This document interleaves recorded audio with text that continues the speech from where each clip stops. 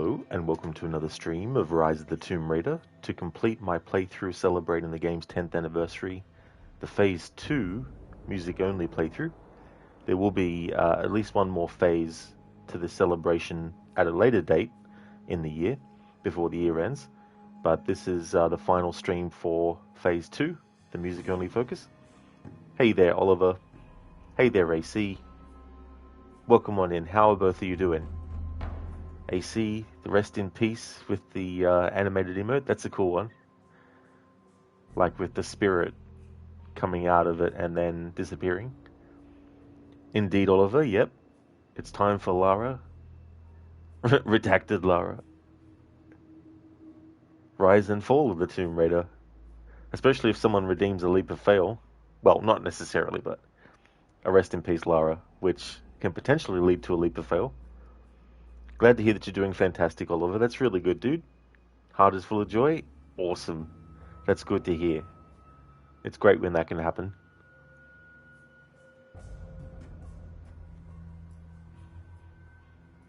So, in the previous stream, I did all the challenge tombs that I could up until my current main story point, and we haven't reached the point where more will become available yet, but also want to do those too. So even though I wanted to start my next Tomb Raider playthrough after this, which is the annual series run, starting with the classic game, I may not get to that today. So that might be a start tomorrow kind of thing. But we'll just see how we do.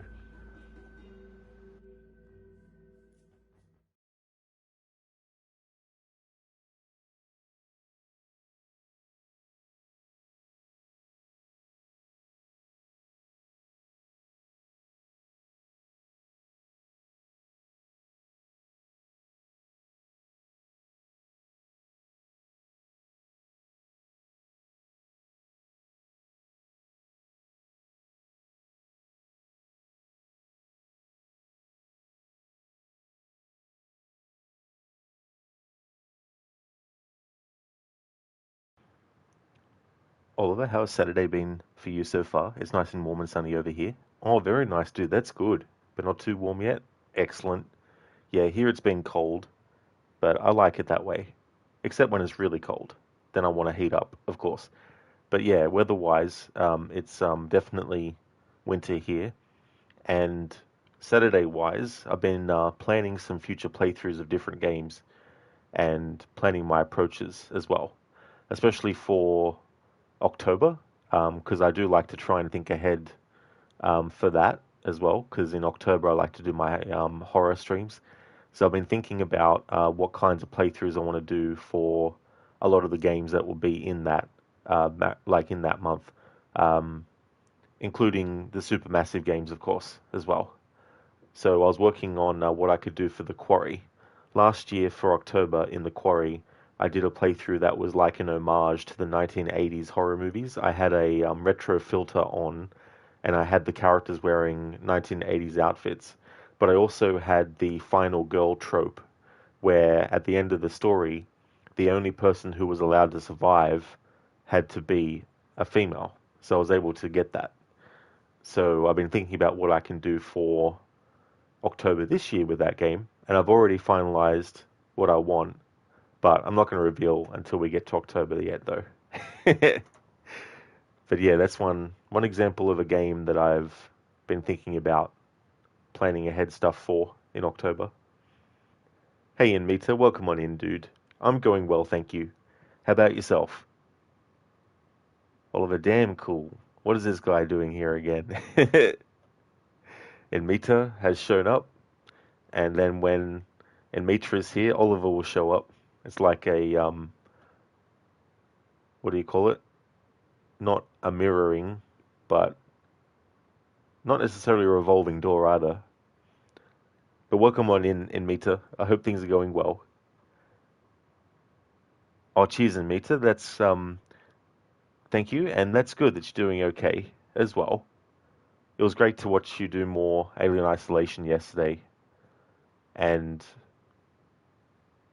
the sort of like frustration that can arise where you're up to in that game because those working Joes and all that kind of stuff, and the weapon's been taken off you at that point and all that kind of stuff. All of it's like you're married or something.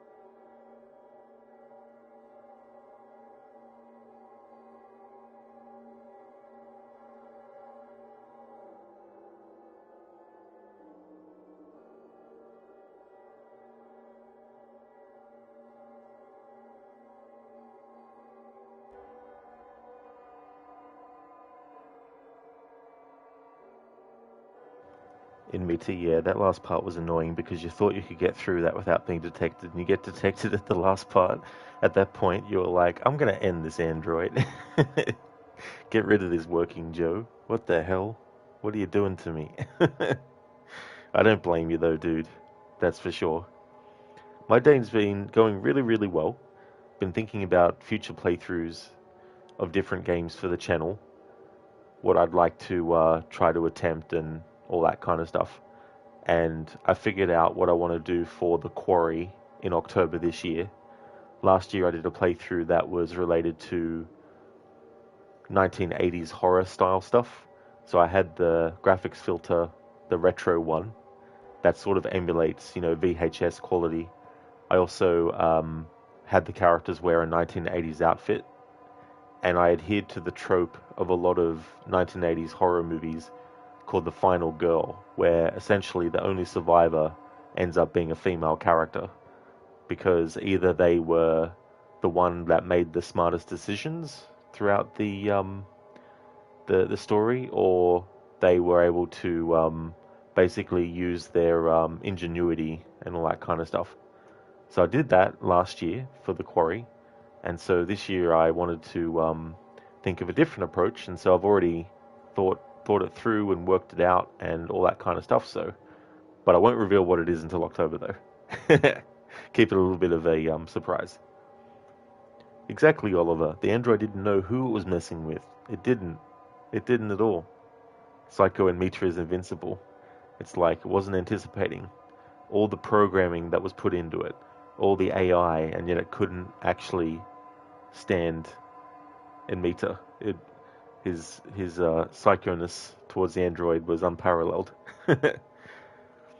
Hey, Mr. Gote, good afternoon to you as well, dude. How's your day going?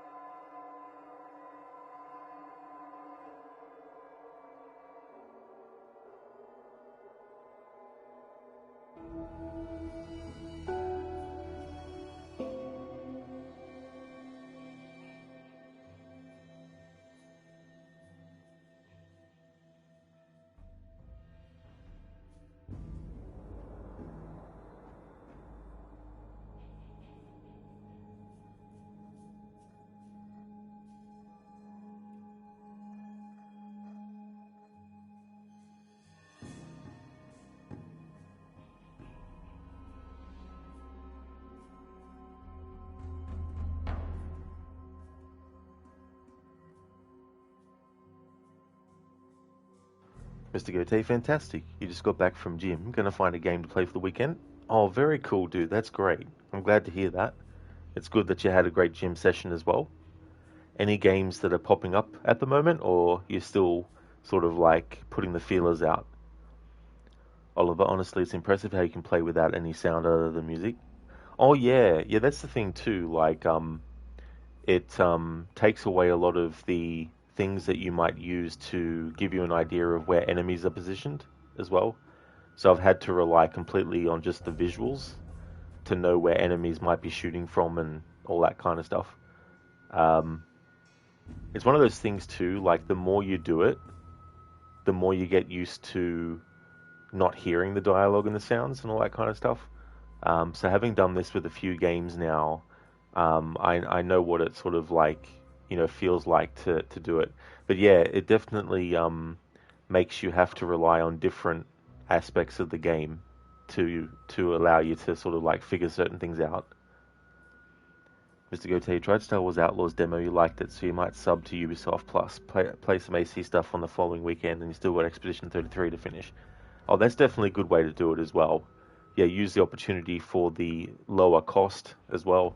I mean, obviously, you're still paying something, but at least you're not paying the full price of the actual game itself. You're paying a price that is much smaller, and it's for the actual ability to play it without paying the full price for it. Oliver, you must have Witcher senses. I wish I did. That'd be quite handy, actually.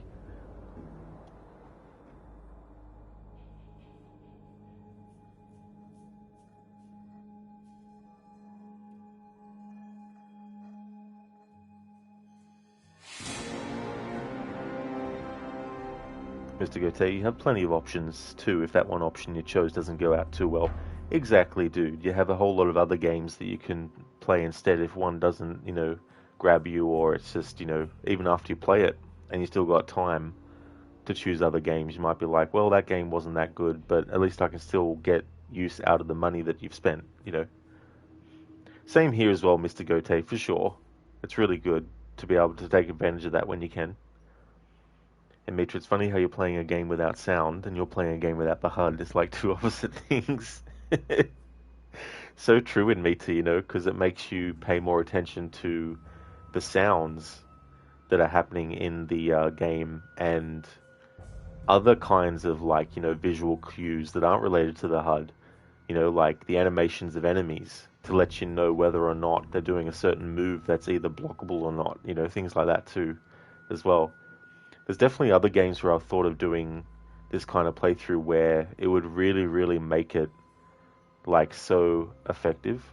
Unfortunately, though, Alien Isolation, for example, it doesn't let you just have the music on only for every instance. Um, it has an effect on subtitles as well, strangely. Outlast, there's only one volume slider, and it, of course, means that you can't do a music only playthrough of Outlast because you'd also be turning off everything. Like you'd be turning off the music too. Mr. Gote, plus you get to save for Japan still without, paying 133 for a friggin' game. Exactly, dude. That's the other factor too. If you're saving up money for other things, not having to pay the full price for a game, but still be able to access it, you still have to pay something, but at least it's not the full price.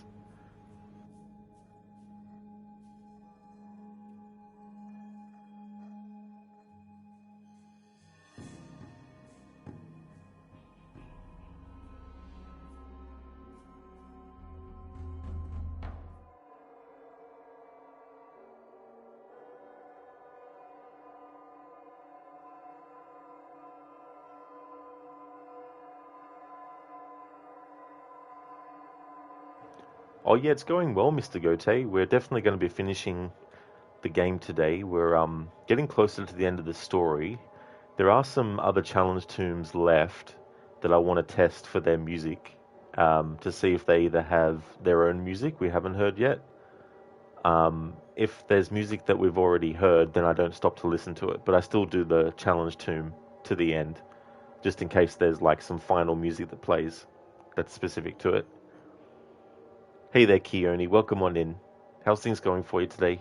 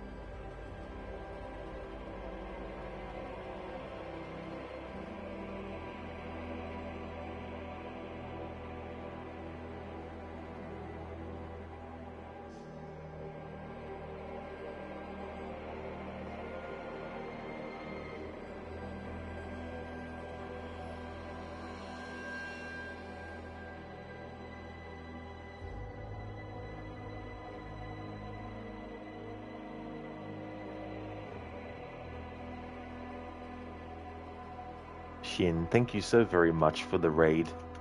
I really appreciate it. How was your stream? How was Assassin's Creed Odyssey? What kind of playthrough are you doing? Are you doing just the main story? Doing 100%? What's the playthrough type? I hope you had a great stream of it. Welcome on in.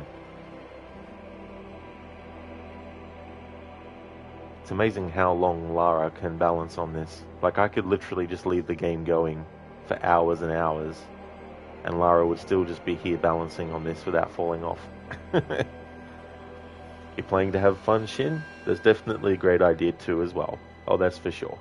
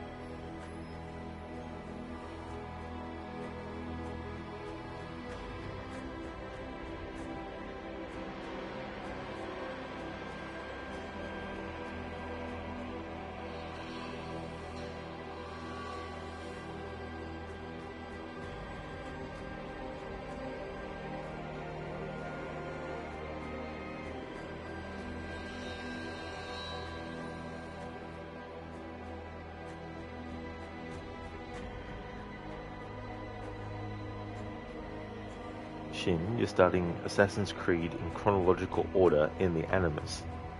So, what exactly does that mean? Like, are you just replaying the memories? Like, obviously, Odyssey, like Origins, Odyssey, and Valhalla and Mirage, you can't replay memories, but are you just replaying the memories but without showing the present day stuff? Or what do you mean, like, in the Animus?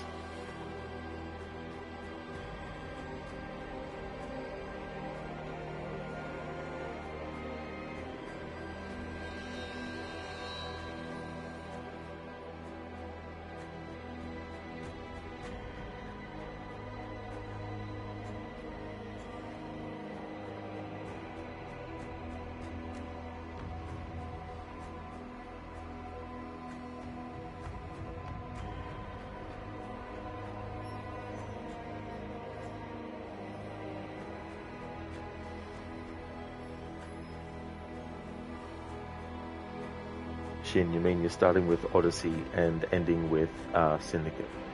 Ah, okay. Well, that's fair enough, yeah. I mean, Odyssey being in like 430 BC, making it the game that is set back in the earliest time period.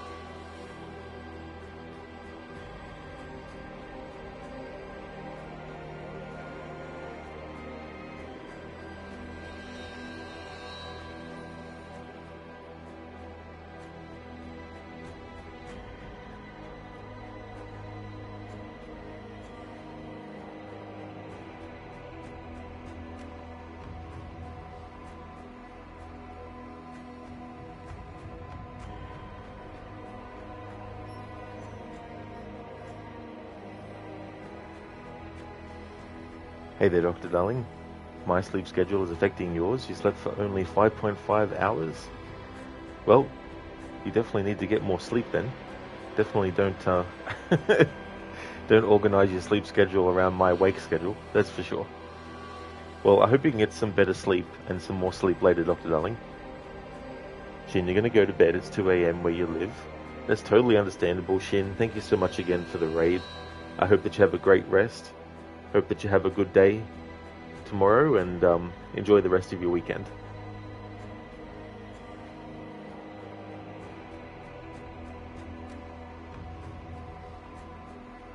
Did you know Vin Diesel only eats 2 meals a day? Breakfast and Breakfurious. The Breakfast and the Breakfurious. Be funny to see that as a parody. Thank you for redeeming that as a Bane impression. Hey there, Stan. Welcome on in. Sleep schedule is not real. Real sleep schedule is not true. How's it going, Stan? Dr. Darling, you can't sleep now that the stream is running. Well, I mean, you do you, but I mean, I know you're only being funny. But on a serious note, and this goes for anyone watching, if you have shit you need to do, definitely don't hold it off because I'm streaming. Like, I don't think that highly of myself that everyone's going to be stopping what they're doing to watch my stream. And I don't like. I'm not sitting here going, oh, I wonder how many people had other things to do today, and they should not do it. They should watch me. I'm not doing that either. So, you know, if there's stuff you really need to do, like, it's appreciated when people are lurking and, you know, watching and chatting. But if you have to do other things first, then definitely don't feel like you can't go and do those things, for sure. Although you can rest enough in the grave, Dr. Darling. I guess that's the negative way. And Mita, I hope you got some good rest, by the way, Rod. I think it was like 5 a.m. there when you ended the stream. Oh, I did, in Mita, yeah. Yeah. I only really need about 6 hours sleep. I mean, if I get 8 hours sleep, that's really good. But I can still function on just about 6 hours. Oliver, Rod doesn't sleep. What are you talking about? Well, he just plugs himself into charge. Now, that'd be awesome to be able to just stay awake constantly without any sort of, like, negative effects. Dr. Darling, what you meant was that you're kind of fine for now, but might collapse in the afternoon, evening. That's totally fair, dude. That's for sure. Yeah. Oh, cheers, Anita, dude. Yeah. If we're talking 4 hours sleep, though, that's, ugh. That's when I need to have, like, a lot of caffeine.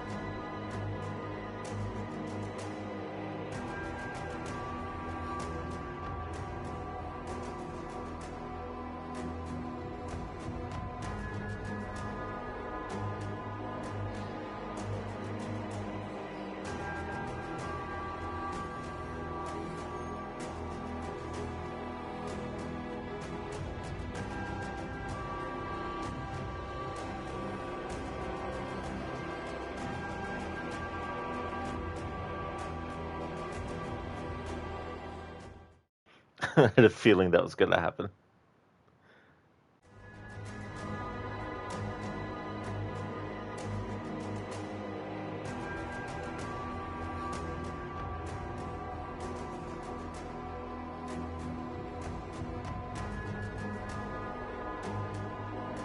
Stan, some of us don't sleep. We wait in the shadows.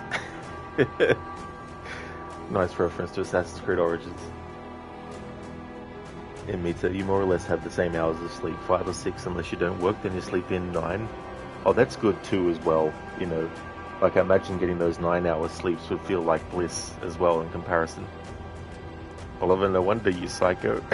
There's actually a song in Alan Wake's American Nightmare called the Happy Song, but the lyrics are basically, I'm a psycho with Mr. I like to say his name like that just to play into how they first say his name in Alan Wake 1, but Mr. Scratch, just to make it clear who I'm referring to. But yeah, that's such a great song. extent? Did they foreshadow the Assassin's Creed Shadows in Origins? Is that what that means? Oh, dude, like this is a high level conspiracy theory stand that you're putting forth here. Like, holy shit. Better watch out, otherwise the FIB will be knocking down your door, Oliver. Or maybe they originated the overshadowing of the foreshadow of AC Shadows. They could have done too, and then you got to consider the fact that there's Shadow of the Tomb Raider as well.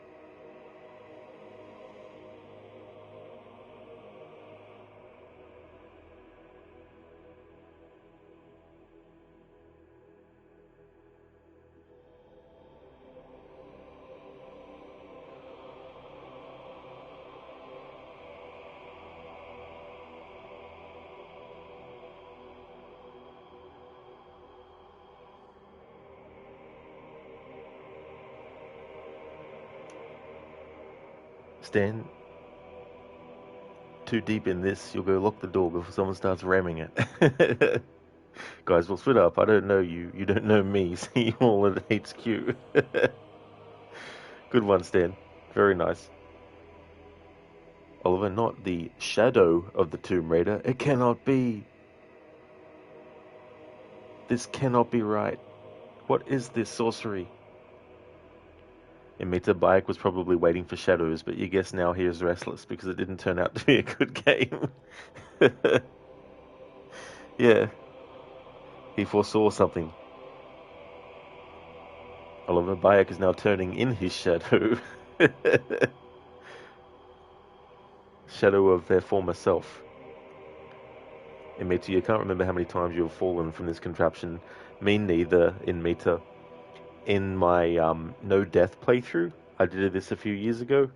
One of the deaths actually occurred right at the start of that orrery section. I was like, oh, of course this would be where I died. So I had to restart the whole game. In that playthrough, though, luckily there was only 3 restarts I had to do. On the 4th attempt, I was able to get it.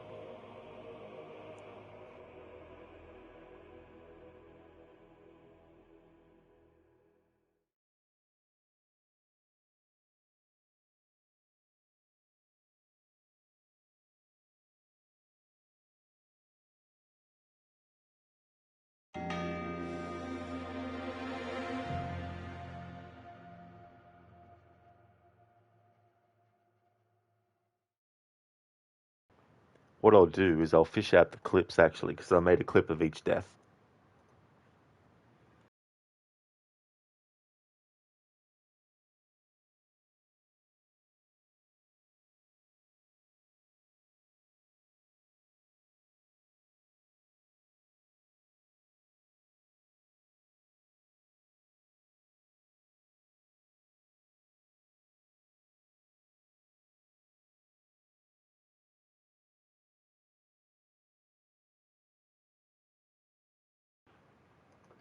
Yeah, and me too, was so annoying when that happened.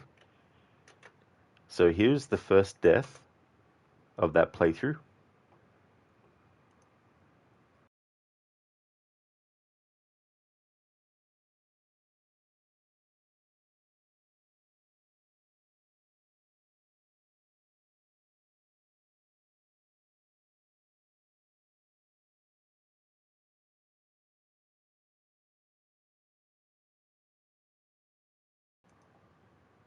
And then this one was the second death that happened in that playthrough.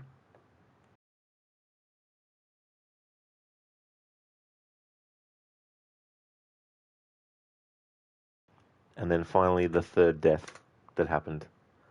Happened at different stages of the game, and not necessarily in the order in which those things come up to you in the story.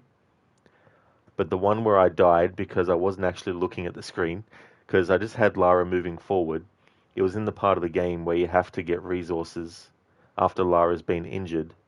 If you just keep on going beyond the point where Lara sees the wolves running across, you'll actually get killed by the wolves.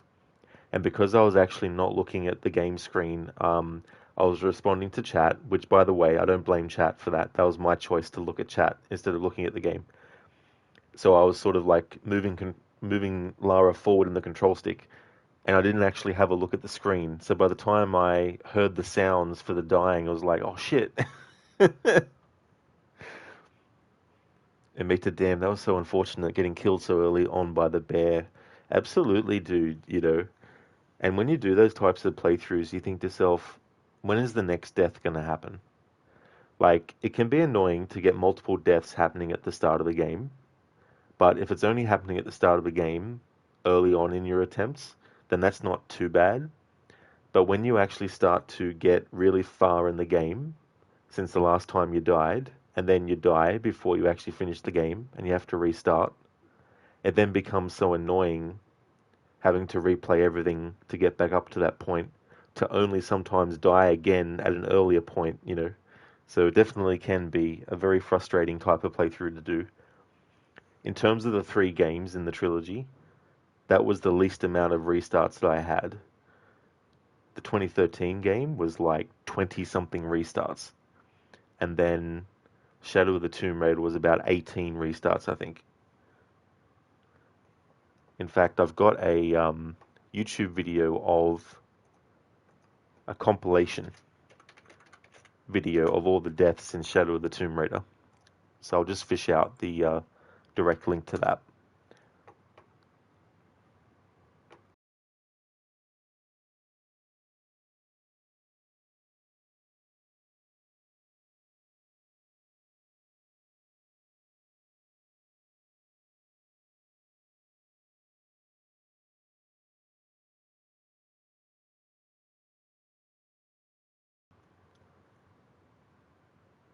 Ah, so it wasn't 18 deaths, I was mistaken. Maybe I was thinking of the Outlast playthrough I did where I played it on the hardest difficulty, which basically means if you die, you have to restart the game from the start. That's most likely what it was. But for Shadow, it was 13 deaths that happened. And I'll provide a link to the compilation video I put together.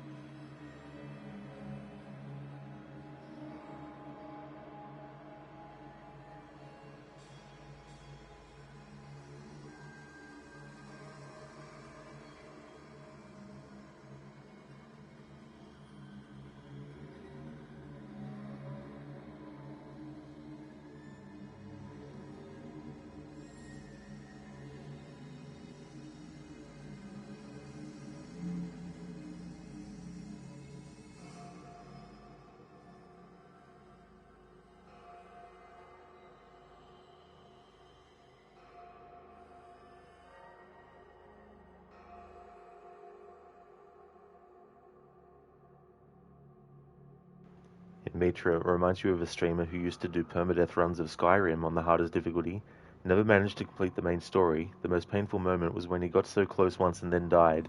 Just for fun, he activated God mode just to finish the story. That would be so friggin' frustrating because it's the amount of time spent not only on the final attempt, but also overall. And that's a lot of dedication. That's a lot of things to have to re-experience. That's a lot of stuff to have to do all over again. That is not just simply go to this point, watch this cutscene, then go to the next. But actual battles you have to survive, all that kind of stuff. And at any given moment, it could be your death. And having that stress and that pressure, which I understand from doing a few no death runs of some games, where it's just like, it becomes a mental endurance test in many ways. And I don't blame them for not, continuing after that final attempt. Because what was important is that they tried, and that they had enough commitment to get to the level that they got to as well, which I think is commendable. And that would be a great release as well, to just put God mode on and be like, fuck it then. You know what I mean? Like, I could definitely understand that too, as well. I would do that sometimes with no death challenges where once I died, I knew I was going to restart the game anyway. But out of frustration, I would just, do certain sections, being really brutal to the enemies and all that kind of stuff. And then restart the game again.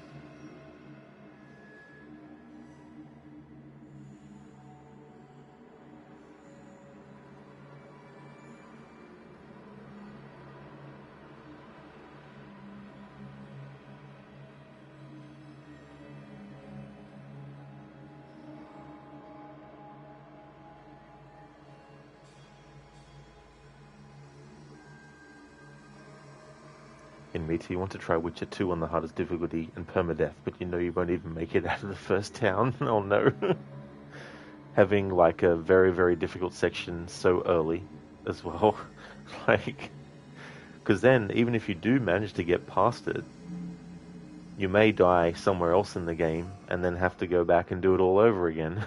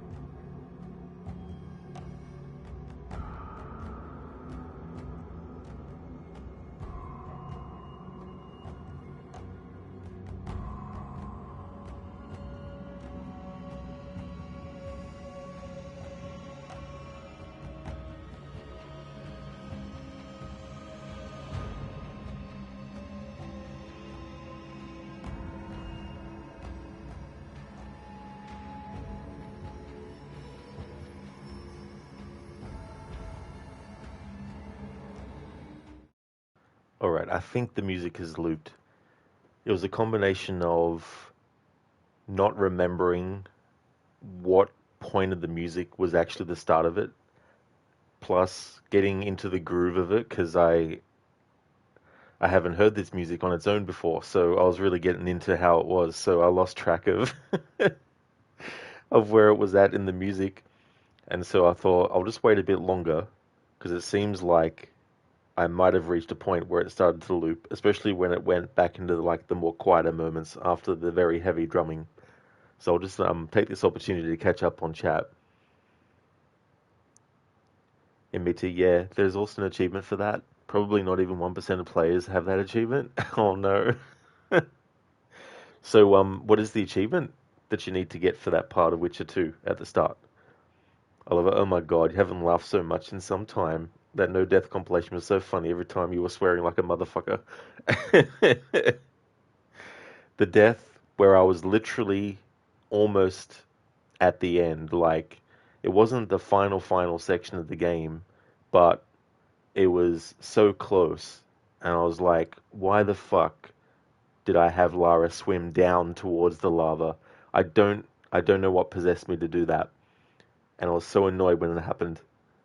But as you know, Oliver, watching that compilation, there's a lot of moments where I was swearing. That's totally fair in me too, yeah, if you cannot watch them because you're on your phone, yeah. Especially if you're using like phone data as well. That's definitely understandable, dude. Hey there, Mr. Epic. Welcome on in. One died and fell down. Did you see that? Now two. I actually didn't, Mr. Epic, yeah. I didn't actually see them fall down. Um, were they sort of like on the left most side of the screen or more towards the right side? Oliver, Lara, magnificent. Lara jumps to her death. Rod, you fucking cunt. Yeah, absolutely. It was like, then there's that death where I was just making Lara jump to fill in the time. And then, of course, she fell to her death, and I was like, ugh. Oliver talks to himself in a very nurturing way, especially in a game when you get angry. Also, the left side, Mr. Epic. Yeah, I didn't actually see on that side of the screen that that was happening. So on the left side of the screen, yeah.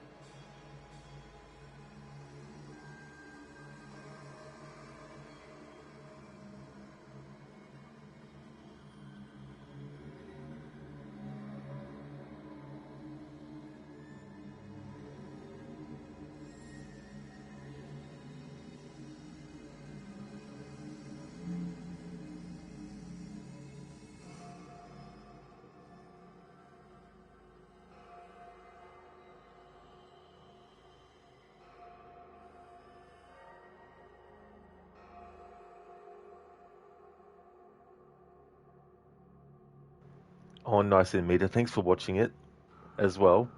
Now you watched it. So funny. Very nice. Yeah, I should do compilations for like a compilation video for my Outlast playthrough for its 10th anniversary, because one of the runs I did for that was playing on the hardest mode, Insane, where there's no saves. So if you die, you have to restart the whole game from the start. Although technically not 100%, because you don't have to sit through the drive that Miles does before he stops the vehicle. You don't have to redo that part, thankfully. It just puts you back right at the gate where he's looking at the documents that he has. But still, it's not too far away from the start to be like an advantage or anything like that. Mr. Epic, watching this just makes you want a new Uncharted. You like Tomb Raider, but you grew playing Uncharted first. You just really like Nathan. That's totally fair, Mr. Epic, for sure. That's the thing with long-running stuff. You get one thing that inspires something else, and then by the time that something else comes around, a new generation of people are experiencing video games, and they might gravitate to that thing. And so the thing that came before it might not be as sort of like they might not have a strong connection to it. And certainly you've had like a lot of inspirations that went into Tomb Raider, and even things that weren't actually original in their own right as well. Like you can put a correlation between the original Prince of Persia, especially because you have like the tile-based thing with Prince of Persia, where if there's one tile ledge, then you're not going to make a run and jump with just one tile. You need at least two tiles to do the two tile trick. But mostly you need three tiles to be able to make a run and jump. In Tomb Raider 1996, it was grid based, but you still had the tile thing where it was like, this tile is yay size and there's only two. Alright, then Lara can definitely make the jump across a 3 tile gap with a run and jump, and then grab at the end, things like that. So you have those sorts of things, and then of course with these games, they're definitely undoubtedly inspired by Uncharted. But of course they're different, because Uncharted doesn't have a leveling up system, it doesn't have fast travel points and all that kind of stuff, so it's still very different in its own right, but both have actually, taken from each other as well. But Uncharted is not a clone of Tomb Raider by any stretch of the imagination either, so... And me to Rod having so much respect for himself. I know, it's like all the swearing just comes out in a challenge like that. Mr. Epic, such a great character. Also Sully. Oh, Sully's really cool, Mr. Epic. He is a great character. I was watching a playthrough of Uncharted 3 recently, and the person... Well, it was the Legacy Shack, and it wasn't the person who owns the Twitch channel who was actually streaming it, but it was a VOD, a long play. But the person who was playing the game of Uncharted 3, I came into the stream when it was up to the part where it's the flashback scene. And so it was really cool to see that again, because I haven't seen a lot of that stuff since I played it a few years back for the first time. And it just got me in the mood to play the games again, which I do have plans to. I just need to find the right time to actually slot it into the schedule. But I'd like to play through the Uncharted series again. Mr. Epic, the first Tomb Raider game you ever played was on PSP, never finished it. Oh, that's fair. Do you remember which one it might have been? Hey there, Zereth. Thanks for redeeming the rest in peace, Lara. I'll try to get to it relatively quickly, but if there's some music we haven't heard yet, at the next point where I can make Lara die, I'll still just listen to the music until it loops or stops. But as soon as I can, I definitely will do the rest in peace, Lara, for you. This playthrough is music to my ears. Thank you, Zereth, for redeeming the Arnie impression as well. Lara died, try leeches. I don't think leeches would help there.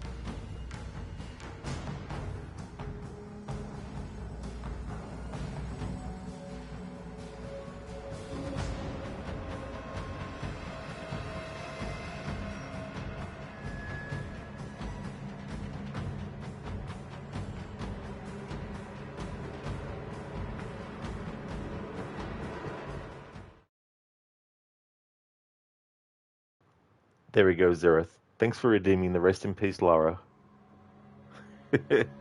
I thought I'd wait till I got to that point. Zereth, no. This music that plays is just so good, like the drum beat and everything. But it's music that we've heard before, so I can take this opportunity to talk over it and stuff. And me too, you were laughing with that moment in Alien Isolation yesterday with that clip you made. It was so funny. Oh, dude, that was just so great timing of what you did in that moment. That was really cool how you timed what you did, but also where you shot the android and the leaking afterwards just fits so perfectly, dude. So I'm glad that you enjoyed the clip. Thank you for doing the gameplay that actually set that up. That's awesome. Mr. Epic, you think it was Legend? Yeah, that because I was sort of thinking maybe one of those games like Legend, Anniversary, and Underworld that it might have been. But yeah, I never played the PlayStation Portable version of that. I should actually do that one time. Zereth can't balance. Try leeches. That might work actually. The weight of the leech might be slight enough that it could help you balance. Good timing with the music. Well, thank you, Zereth. I didn't actually plan it that way, but thank you.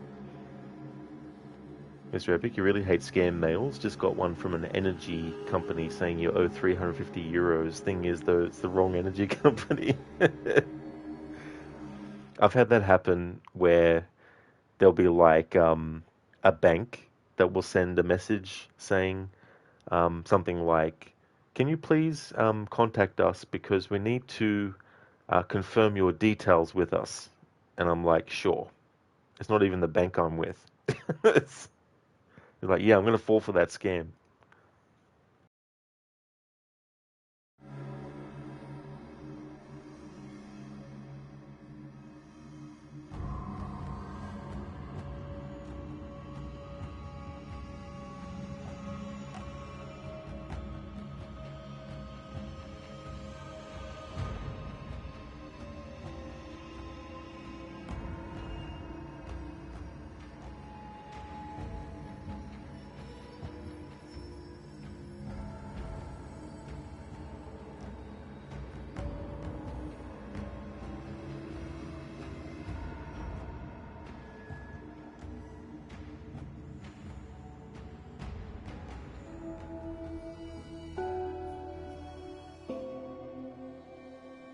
Thank you, Zereth, for leaving the lurk. Muchly appreciated.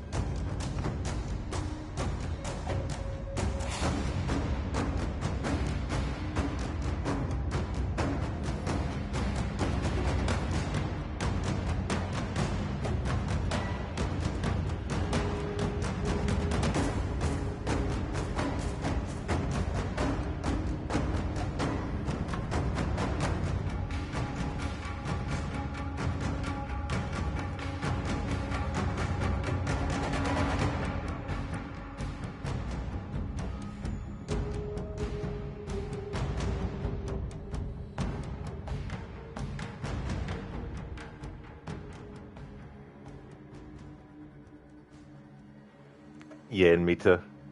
That was really good music. That enjoyed it. Tried to make it look like Lara was headbanging there at the end, but it's pretty hard because the timing that the game lets me do it at doesn't let me actually make it match with the drum beat, unfortunately.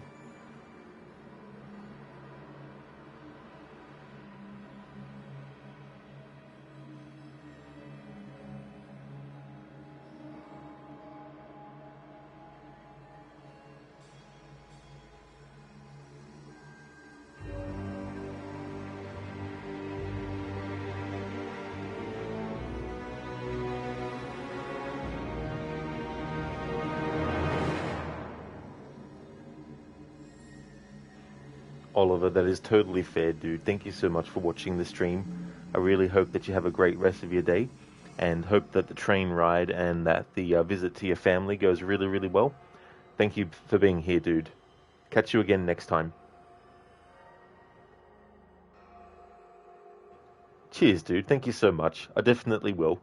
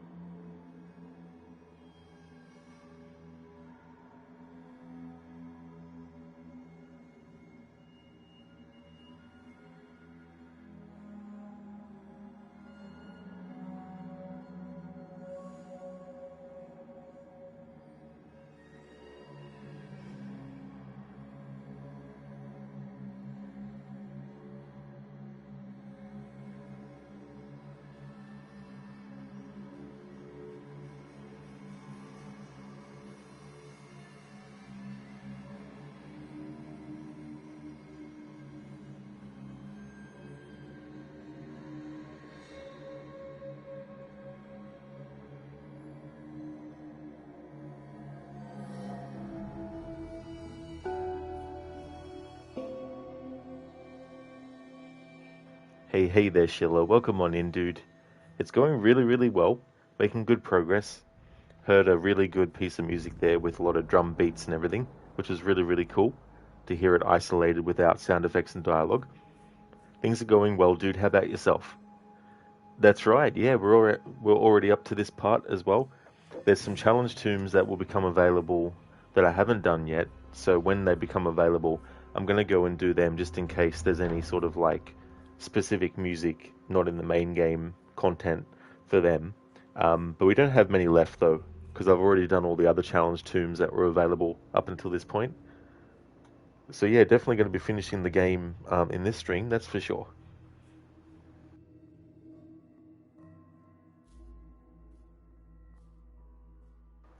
Oh, nice, Sheila.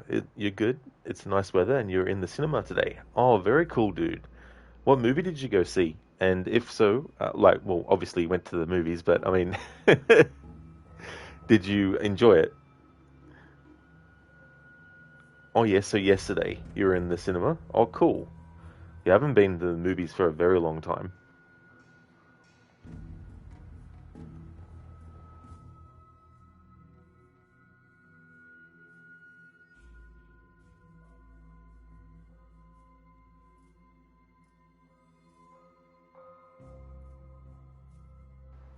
Oh, Final Destination 6. You love the series for its hilarious deaths. It was good. Oh, yeah. I only ever saw the first two. I never saw the other ones after, and that's cool that there's a new one. I think I saw like a teaser trailer for it. That's good that you enjoyed it. It's an interesting concept, taking the sort of like group of characters gets whittled down to just maybe one or two survivors, but instead of it being like some kind of, monster that physically kills them or some kind of like, ghost or something, it's death itself, you know, causing the deaths of all the characters to get back at the fact that they survived a situation they were supposed to die in. Last one you watched was 4, was it in Meter? Oh yeah, was that one any good? Because the only one I saw was the first two, and I saw a little bit of the third, but only in trailers with like the roller coaster and stuff. Sheila, you like them all except 4. 4 is just bad. Oh, that's totally fair too. Yeah, it can be tricky, especially when they get to like a fourth entry of a series. And Mitch was a bit meh, was it? That's fair enough. Yeah, it can be disappointing though, especially if you like the previous ones, to get a dud after so many you might have liked. Keone, any tips for getting all achievements for hard games? Well, I'm not really experienced in getting like all achievements for difficult games, but from the perspective of how willing you are to take as much time as possible, um, probably like if you try for like the hardest one first and give it at least a few attempts, because then that way you can sort of structure it where as you get through the more difficult ones, you start to get to the more easier ones. But also, you could probably do a thing where if you get one achievement that was related to a very difficult part, maybe balance that out by doing a very quick to get achievement or something that doesn't really feel like too much work, to try and balance that out. But yeah, that's probably the best thing I could probably give advice for, Keone, like how to not make it get to you. It can be tough, because especially how long it takes for you to get something. Like you might spend hours on it, and it may not be something that you need to play through the whole game to get, but to actually do it, it might be a difficult section that you have to perfect to get the outcome of the achievement popping. But yeah, that's probably the best thing. Like try the hardest ones first and work your way down to the easiest ones. Or if you get one of the difficult ones, balance that out by doing an easier one. So you're not just always doing the harder ones first. Sheila, what you didn't like about the game that it rewrote the rules of death in 6. Ah, that can be tricky too when they do that kind of stuff. Because the core idea of what happened, it might be the thing that made people enjoy it. Usually you can beat death by creating new life, also known as getting a baby. In 6, the families were haunted by death and killed off because they weren't supposed to exist. Oh, I see, yeah. That's definitely going against the original concept of, being able to, like the method of beating death. I guess it'd be like if you took the movie The Ring and you did a sequel where someone who had seen the original tape making a copy of it and then showing someone else the original tape would stop the curse from killing you. It'd be like making it that doesn't work at all.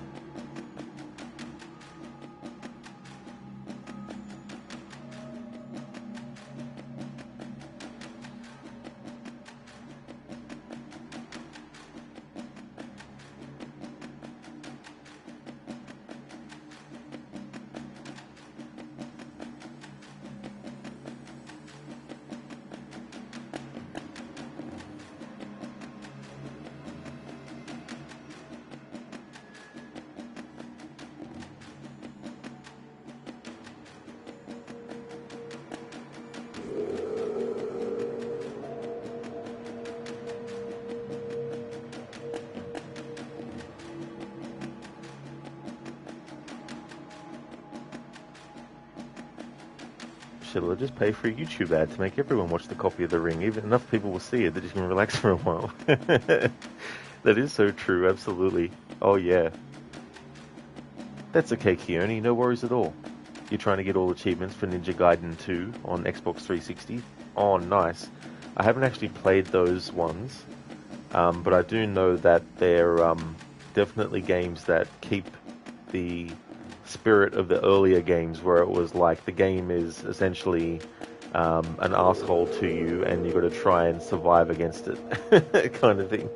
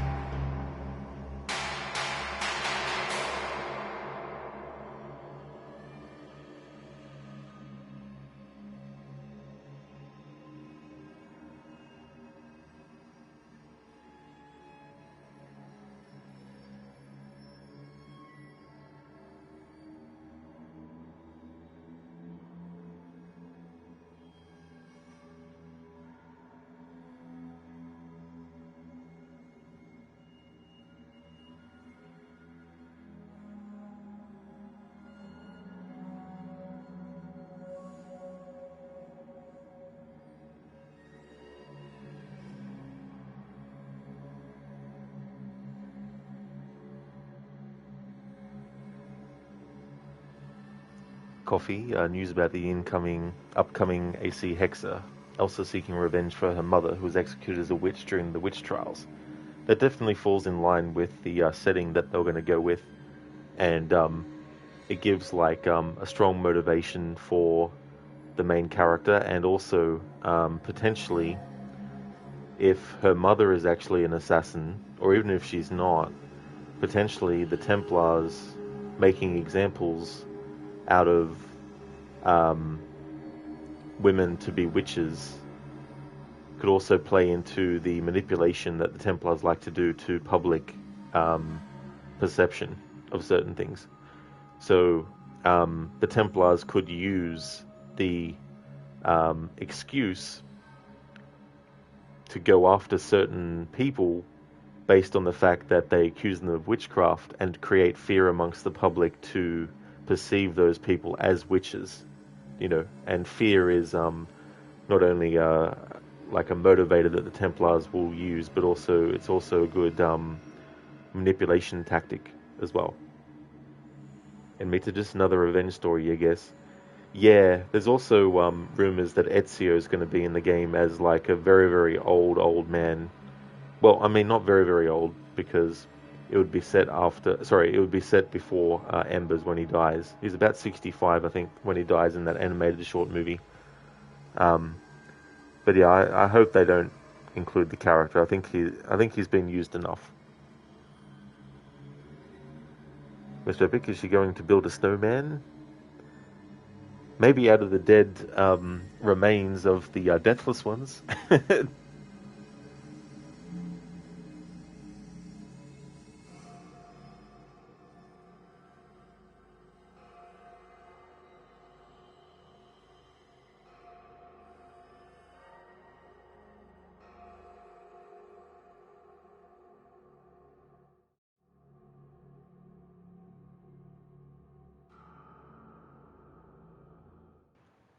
Coffee, also the name Elsa seems to hint at where the game might be set, you think? Yeah. Yeah, that makes sense too as well. Oh, I see, Mr. Epic. You're talking about the new Assassin's Creed. Is she going to build a snowman? I got you now. I know where you're going now with that.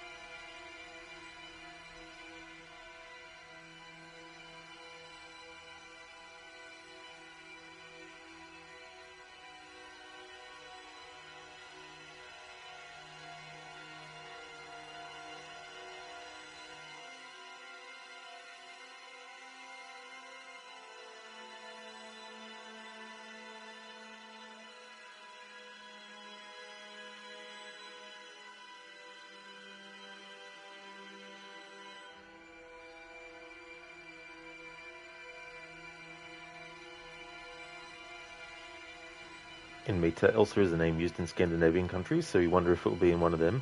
Most likely, possibly.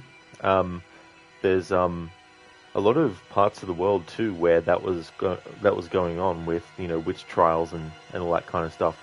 I mean, it's understandable if people might just think straight to the witch trials in Massachusetts. Is it Massachusetts? Was it? Forgive my ignorance if it isn't. The Salem. That's not in Massachusetts, is it? Salem. I don't know where Salem is in America. Um, but it's understandable if people think straight to that and not necessarily think about that's it, Chiller. Yeah, the Salem witch trials. Yeah, I don't know where Salem actually is in America, but yeah, that is probably the one that most people think straight to when they hear about it. In Meta, there's also talking that it might be in Germany, but who knows? Yeah, that's true. Yeah, I mean that's been like the most direct country I think that has been mentioned that it could be in Germany. Oh, so it is in Massachusetts, Sheila. Okay, so I was close when I first said Massachusetts, but not exactly accurate to the specific Salem part. It's definitely interesting as well. Like, I've got an interest in witchcraft and all that kind of stuff. I don't practice it or anything, but I mean to say in fiction and all that kind of stuff. And also in, like, documentaries and stuff. I like to, watch that kind of topic from time to time. It's one of the reasons why Little Hope in the Dark Pictures series is one of my favorite games in the series.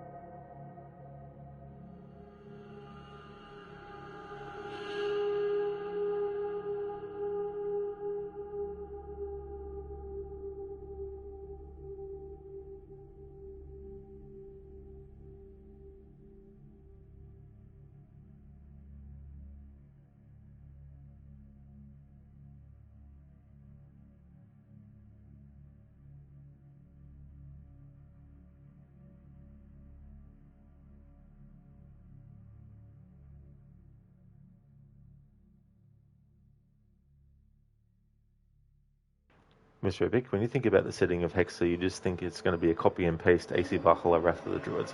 Oh yeah, I mean, potentially, definitely could be as well. Um, Maybe there might be some elements that could be reused for that too. There's also the talk about how the main character will be able to use literal magic to control a cat and see through the eyes of the cat and control the cat in doing stuff, which gameplay-wise would be really, really fun and cool. And in some ways, it seems partly inspired by the game Stray, where you literally play as a cat. But I'm just not sure about the magic side of things. It depends on how they explain it. The only logic I could see them actually using, or potentially using, that they may not. W. McDevitt is writing the story, so maybe this will be a part of it, a part of the thinking. But when the Isu created humans, they put inside the human brain something that, when they use their pieces of Eden, connects to the thing in the person's brain, which is why they're able to use the piece of Eden to not only like control the actions of people, but also to project into their mind certain illusions that they want to use to control the person. So, for example, using a piece of Eden, when it gets activated, it connects to the human brain so that the person using the piece of Eden can potentially make the person shoot themselves in the head, or make the person see something that's not actually there, hear something that's not actually there, taste something and feel something that's not actually there. So if you apply the logic of the human brain having something inside it that the Isu put into it, and you extrapolate and think, well, there's nothing to say that the Isu didn't create cats and dogs and all these other animals.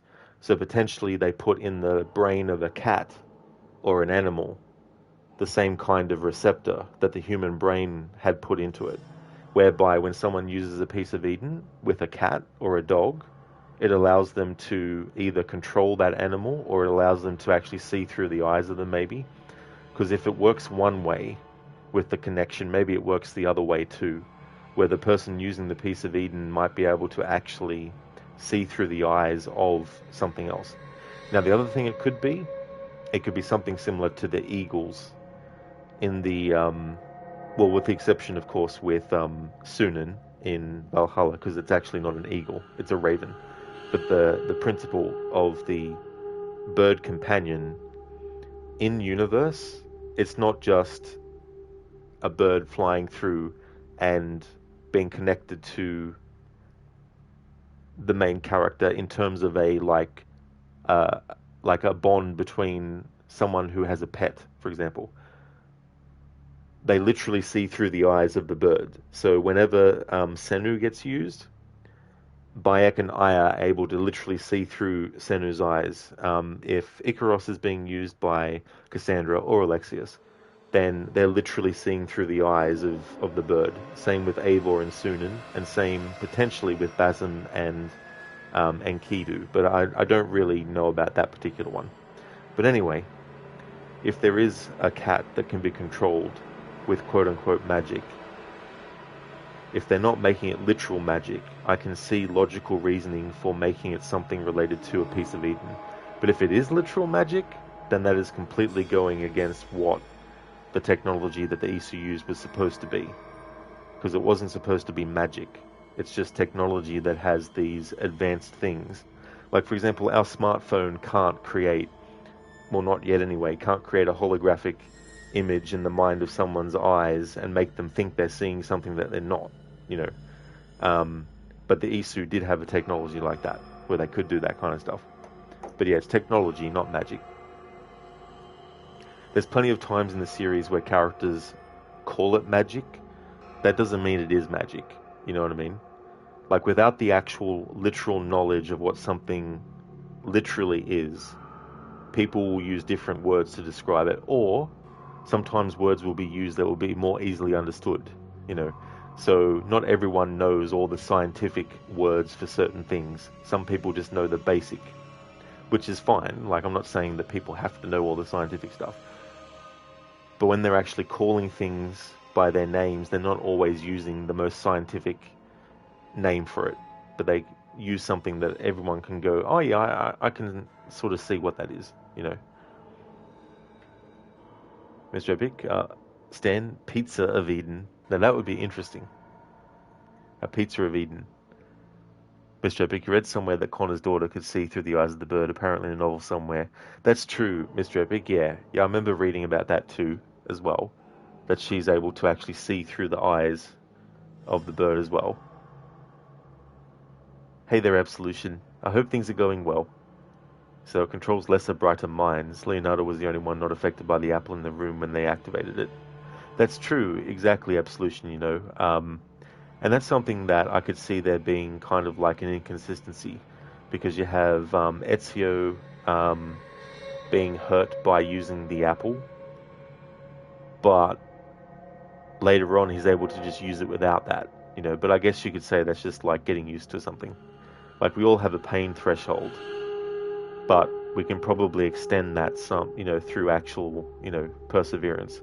Like for example, you might have a toothache, and for one of the days that you have it, you might not take any medication because you may want to make sure that you're not getting addicted to the medication and that you're not also ruining your liver, but also because you might want to just make sure that you're pacing yourself, you know. So you might be able to stand a certain amount of pain from the toothache for a certain amount of time, but then you might need to use medication again. So maybe it's a similar thing with Ezio using the piece of Eden. Maybe after a while it doesn't hurt anymore. Absolution. But then again, he also is of Isu blood as well. Exactly. That's the thing too. Yeah, a lot of the characters in the series do have that. And there was a time where it was sort of like considered that only assassins had that, but you don't have to be an assassin to have that. You can be a Templar and have that, as Hatham proves. So that was something that I think was good for them to differentiate.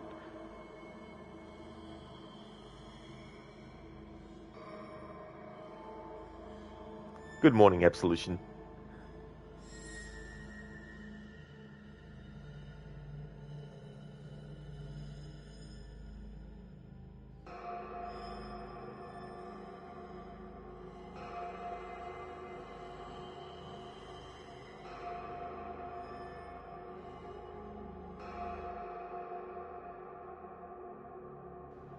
Mr. Epic, what sucks with getting older, balding, your hairline is in the front is a mess. Oh, is it, Mr. Epic? Yeah.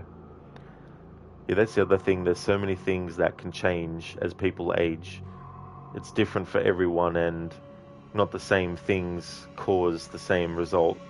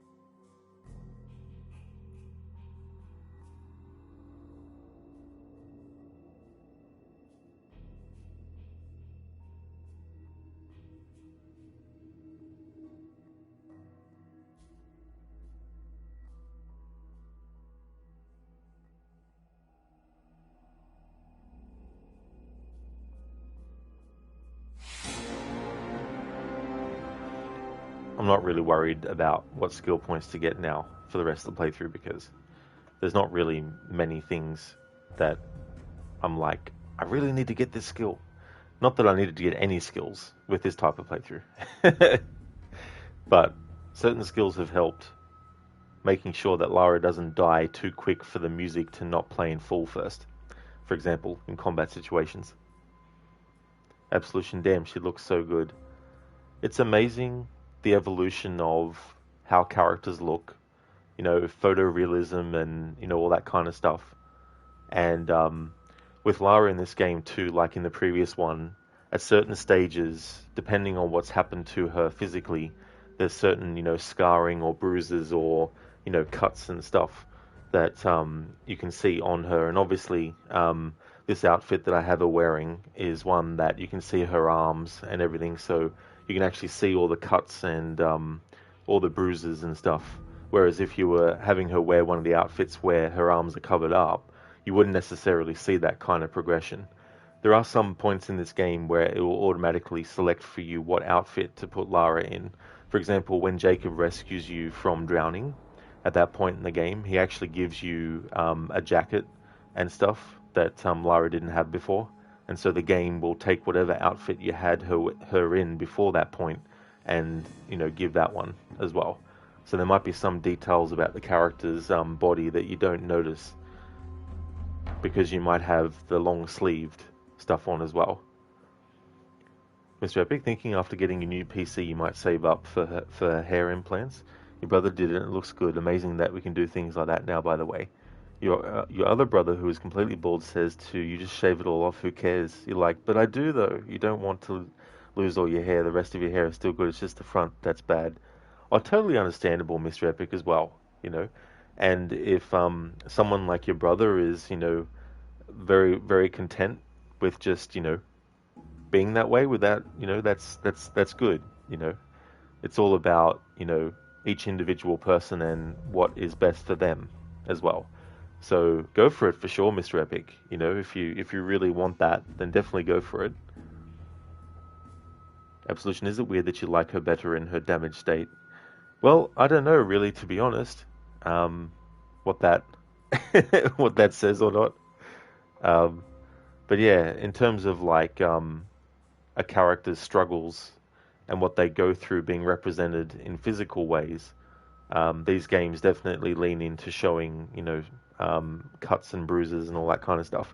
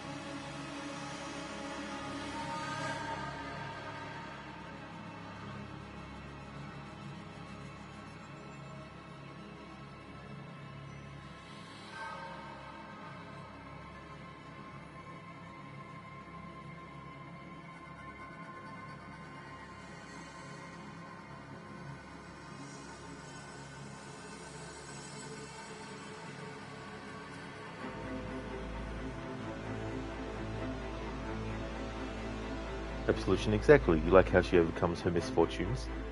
Yeah, that's the thing too, as well. Like, with all versions of Lara, actually. Like, stereotypically, this version of Lara gets lumped in the category of, oh, you know, she's just too emotional.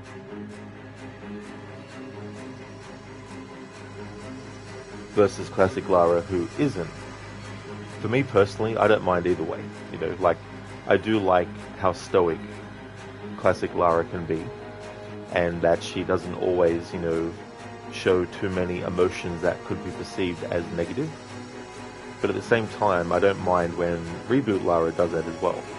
And the thing about a character like Lara in all her iterations is there's one key thing that's always the same. No matter what shit gets thrown at her, she will always keep trying to push through no matter what. That's a key sort of trait that all the Laras have, no matter which version of it is. It doesn't mean that people have to all of a sudden change their mind if they don't like this version of Lara. Because the way things work is, just because you have some kind of good reasoning for something doesn't mean that everyone who doesn't like the actual thing is just going to put their arms up in the air and say, oh, well, in that case, I'll have to like the character now then because you pointed out these things. So it's definitely understandable that people have their own preference and all that kind of stuff. But yeah, I definitely say that all versions of Lara have that drive to still push forward through all the shit that gets thrown their way to try and get to what their goal and all that kind of stuff. Absolution, is this the trebuchet part? It is, dude. Absolutely. Yeah. This is interesting too, as well, with how it works. Because you have to wait slightly longer than you think you do in order to make sure that the aim reticule, to put it in simple terms, is actually in the spot that you need it to be as well. They give you a bit of leeway, of course, but yeah, it can be tricky sometimes. Mr. Epic, are you going to play Stellar Blade one time, Rod? You hear the plot is really good in that game. I don't know, to be honest, Mr. Epic. I mean, it seems like a thirst trap game where I'll get all the people who are thirsty for fictional characters salivating in chat, and I don't really know if I want to, to go through that. So it probably won't be a game that I'll stream. Hey there, Senny. Welcome on in, Crooked. I hope things are going well. Mr. Epic, what do you think about a Tomb Raider game with Jennifer English as Lara's voice? You can see it. I'd have to actually look up who they are, actually, because I don't know. I don't know if I've seen them in anything. Okay, so I can already see on the quick view of IMDb that they've done Claire Obscure recently. Baldur's Gate 3, Elden Ring.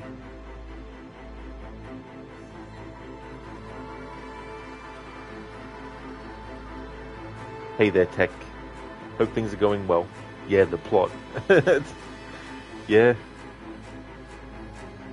I mean, hey, if that's people's thing, then that's fine. If you like fictional characters and stuff. But I prefer real people.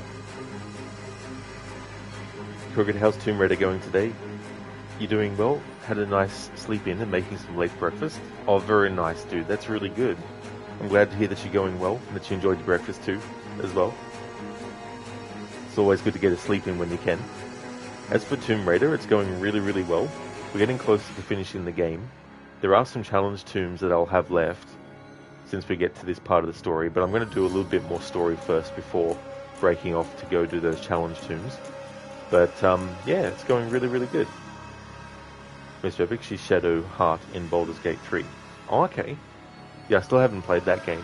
I haven't played all the other ones, but I know you don't have to play the other ones first before you play Baldur's Gate 3, but yeah, I haven't played any of those. And merely in Claire Obscure. I gotcha. Yeah. Yeah, no, I hadn't actually played any of the games that she's in, I don't think.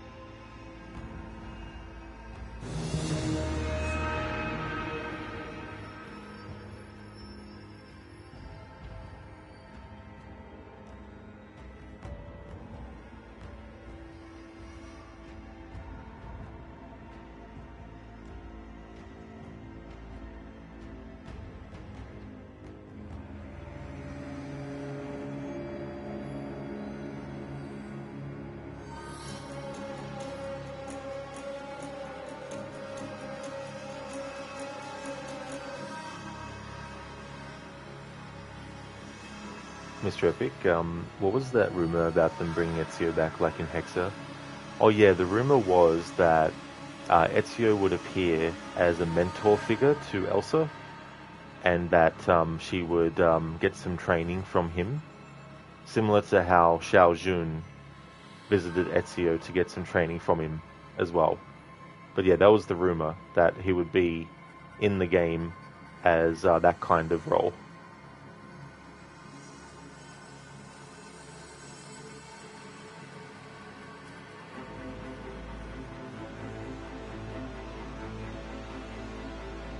Yeah, Dr. Darling, Ezio's been reincarnated as a cat. Ubisoft Quebec game. Catzio. Alda Purre.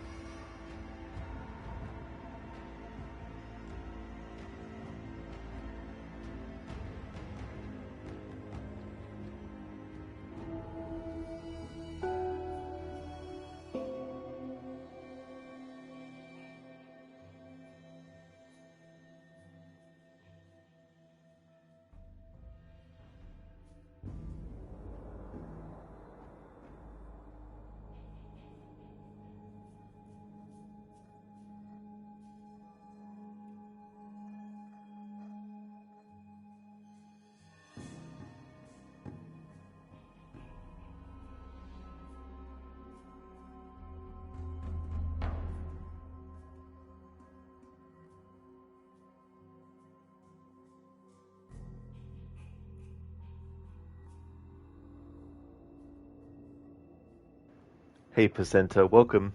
How's things going for you today?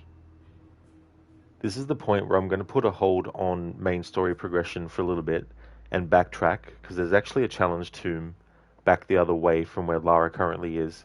I want to just check and go through that challenge tomb just in case there's any new music that's not elsewhere in the game. Even if initially there's music that we've already heard in other challenge tombs or in the main game, I still want to do the whole challenge tomb just in case there might be a piece of music that actually isn't anywhere else in the game as well, just to cover my bases. Mr. Epic, you don't know what to think of that in the first place. You would see Ezio again, you're worried they're going to butcher the character. Yeah, I think, you know, Ezio has had enough story done about him in the series. Having said that, though, I don't mind if they go and write, like, a novel that takes place, say, between Assassin's Creed 2 and Brotherhood. You know, a day in the life of Ezio, doing something else maybe. I don't know, but I think enough has been done with the character in the games and in main focus stuff like the Embers animated series. I think enough has been done. Like that VR game was stretching it for me, I feel, having Ezio in it. Especially because the dialogue he says when he puts his hidden blade on is so cringe and so unrealistic to the fact that he's actually put it on so many times before that point. Why would he be pointing something out and talking out loud, saying something that he's known for years at this point, that the player doesn't necessarily need to know either? And that dialogue is something on the lines of, when he puts his hidden blade on, he's like, the signature weapon of an assassin. I'm like, he wouldn't say that if he was putting the fucking hidden blade on. Like, it'd be like if, you had a specific tool that someone used for their work, and every time they picked up the tool, well, this is the standard tool for a handyman or whatever. It's like these things are stupid. You don't need the character to say that. You know what I mean? Like, if someone hasn't played the games before and the VR game is their first game, and the hidden blade is equipped by Ezio, just have like a pop-up that might appear on the screen quickly that says press this button to find out more information, and then you could go into it and then have a read up about what the hidden blade is and all that kind of stuff. Do it that way. Don't have Ezio be like, the weapon, the signature weapon of an assassin that I've been using for years now, and why would I be saying out loud every time I equip it that it's the weapon of an assassin? This doesn't make sense to me to write that kind of dialogue for him.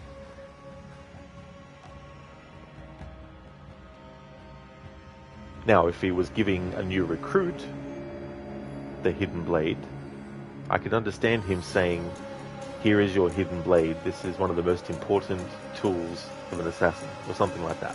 You know, I could understand that. That's different. There's nothing wrong with using a new character to use as a way to give new players information, you know. It's like with Black Flag, that's why that works so well. You don't have to have played any of the games before it, because the game itself has a character who hasn't heard about the Assassins or the Templars before.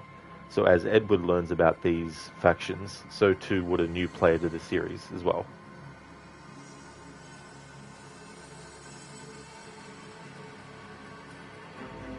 Mr. Epic, yeah, for you, they ruined it with how they changed the look of Ezio and Claudia. Oh yeah, that's the other thing too. You know, like, revisionist to the point of they may as well have used a different character as well. Like, there's definitely a lot of major changes that can happen for a character's face across the series, you know. Like, if you look at Nathan Drake in Uncharted 1 versus 4, obviously there's an evolution that's happened there. But you look at both and you can still tell that it's Nathan Drake, and that there's a consistency, at least, on some level between them.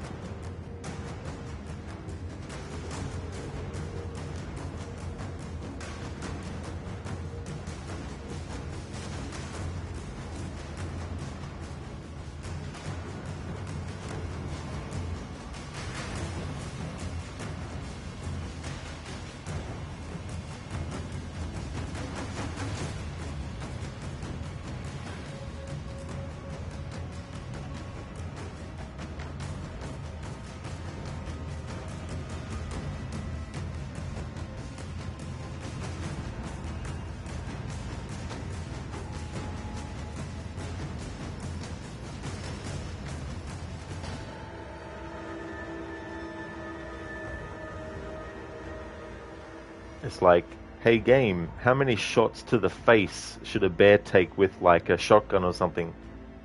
Game is like, yes.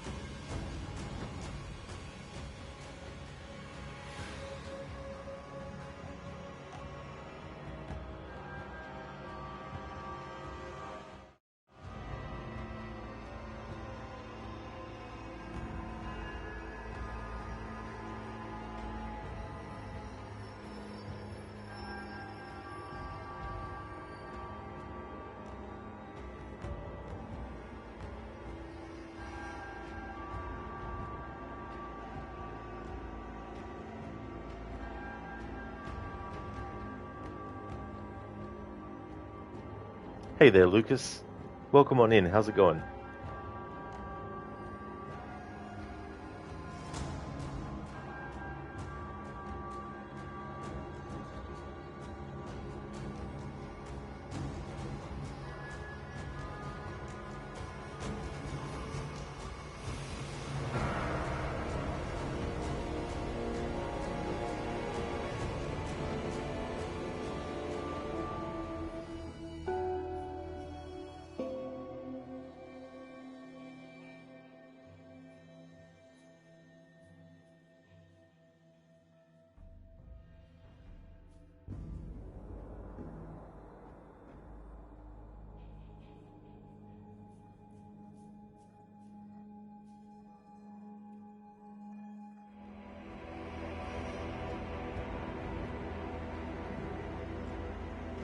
I can still hear the music from the previous location intertwined with the music in the current tomb. So I'm going to reload the checkpoint to see if that will cancel out the other music.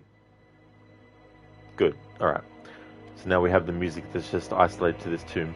Now this particular music we've already heard elsewhere, so I'm not going to stop and listen to it until it loops. But I still want to do the whole challenge tomb, just in case there's music that we haven't actually heard yet.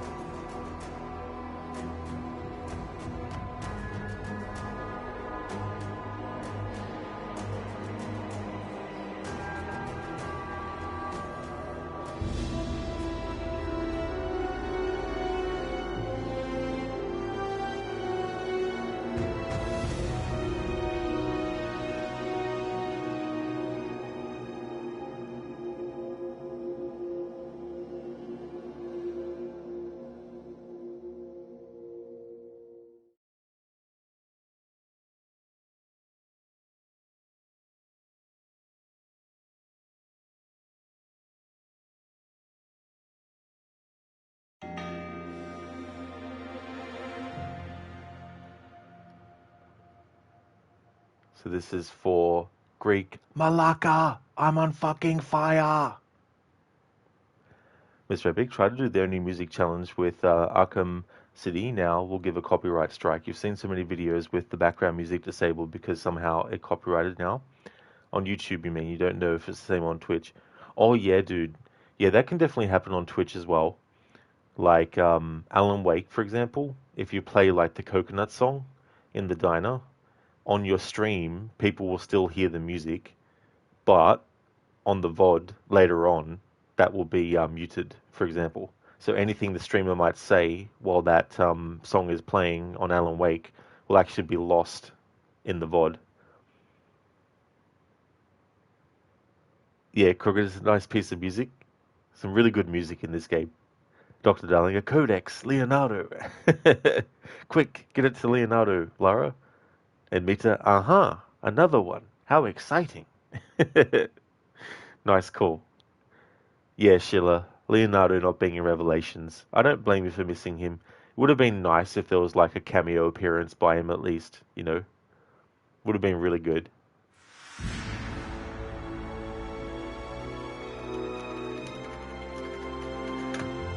Tomb raided. Alright. So, time to recap the challenge tombs. So, there were no challenge tombs in Syria or at Mountain Peak or in the Siberian wilderness. There was one in the Glacial Cavern, we've done that. There wasn't any in Wicked Vale. There was 3 in Soviet installation, we've done those. There wasn't any in the research base. There weren't any in the abandoned mines. Wasn't any in the orrery. There were 4 tombs in the geothermal valley, we completed those. No challenge tombs in the Acropolis. None in the flooded archives either. None in the Path of the Deathless. And there was 1 in the Lost City. There we go. So that is all of the challenge tombs done in this playthrough to test to see what was going on with the music. So now all that's left is the rest of the main story. Mr. Epic, a song is one thing, but background theme sound? Oh yeah. Yeah, that's something that can also be flagged too, as well. And then you got the cases where the copyright claim is being made by a company that actually doesn't have the copyright for it, but for some reason their claim has still been accepted by YouTube.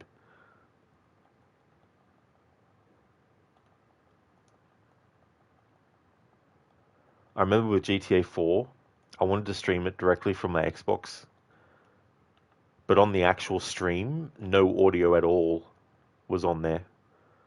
No dialogue, no sound effects, no music. But for me, when playing the game, all that sound was in, but on the broadcast, there was no sound. Which is why I eventually had to get the PC version of GTA 4, so I could avoid that.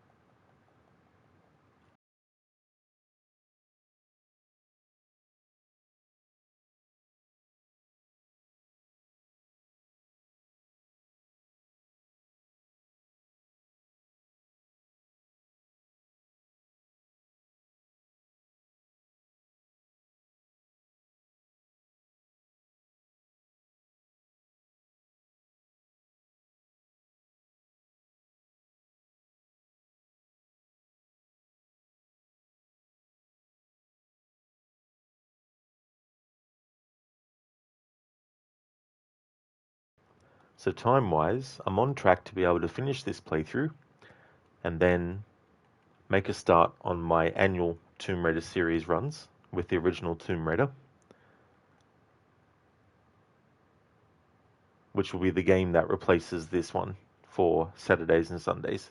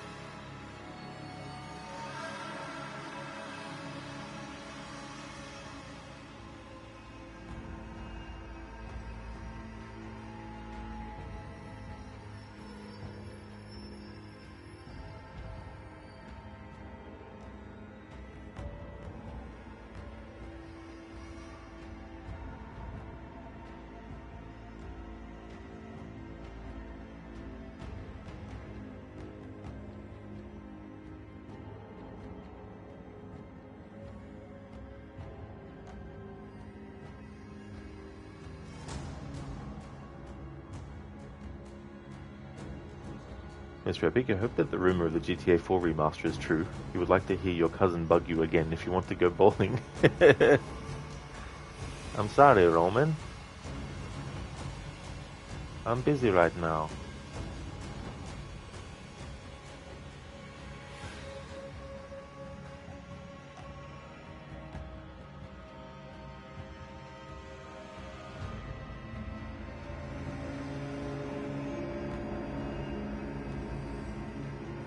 Keone, thank you so very much for the 2 years, 10 months, 8 days, and 3 hours of followage. Thank you very much for that. I really appreciate it a lot.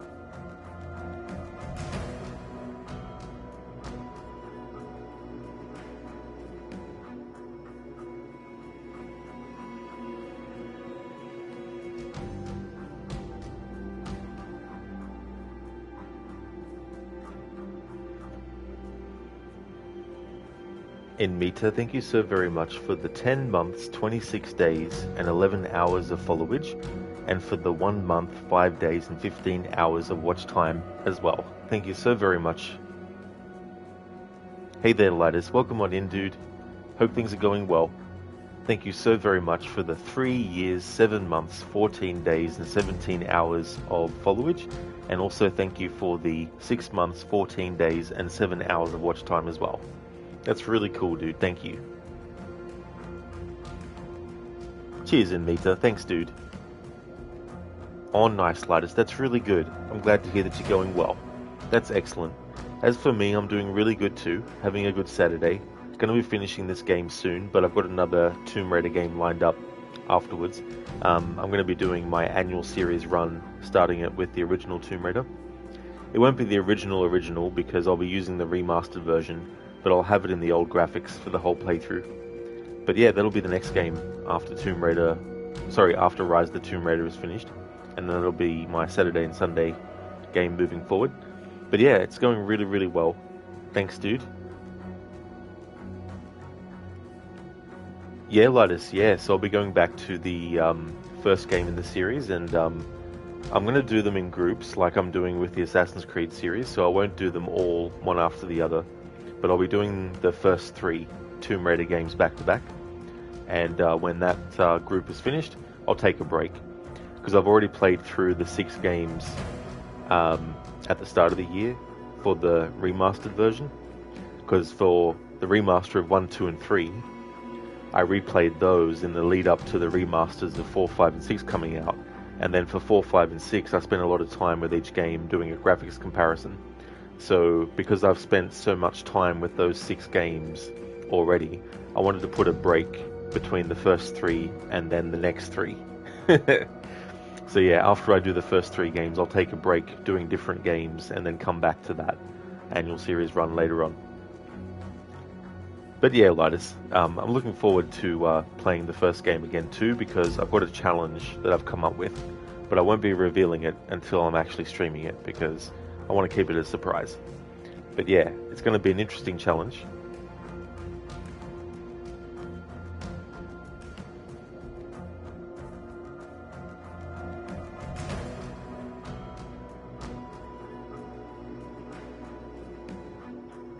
Lidus, don't punish yourself. Well, it remains to be seen if it's going to be a punishing one, that's for sure. But yeah, I'm looking forward to going through the game with the challenge I've come up with. Oh, nice, Lidus, that's good. I'm glad that you'll be looking forward to it. Yeah, I like to do that sometimes. I like to sort of like keep either what game I'm doing next a surprise, or reveal what game it is, but keep a surprise what I'm actually doing with the playthrough as well. But yeah, I'm looking forward to it. I've done like a test off stream in the first level for what I'm doing, and so yeah, be interesting to see how it goes for a whole game. It'll be today, Lidus, yeah, because there's not much left of this game now. We're getting closer to the end of the story, so yeah, I'll make a start on the other game today. That's fair enough, Lidus. Absolutely, I don't blame you. But yeah, I'll be making a start on it, because the time it is for me, it's not even 8 o'clock at night yet, so. And meet you a few days later. Hello guys, the challenge will be no challenge. Oh, imagine how much of a letdown that would be. Saying that you've got a surprise playthrough, but then you're just like, nah, I'm just going to play through it normally. Lotus, you'll grab snacks and shit. Oh, nice, dude, cool.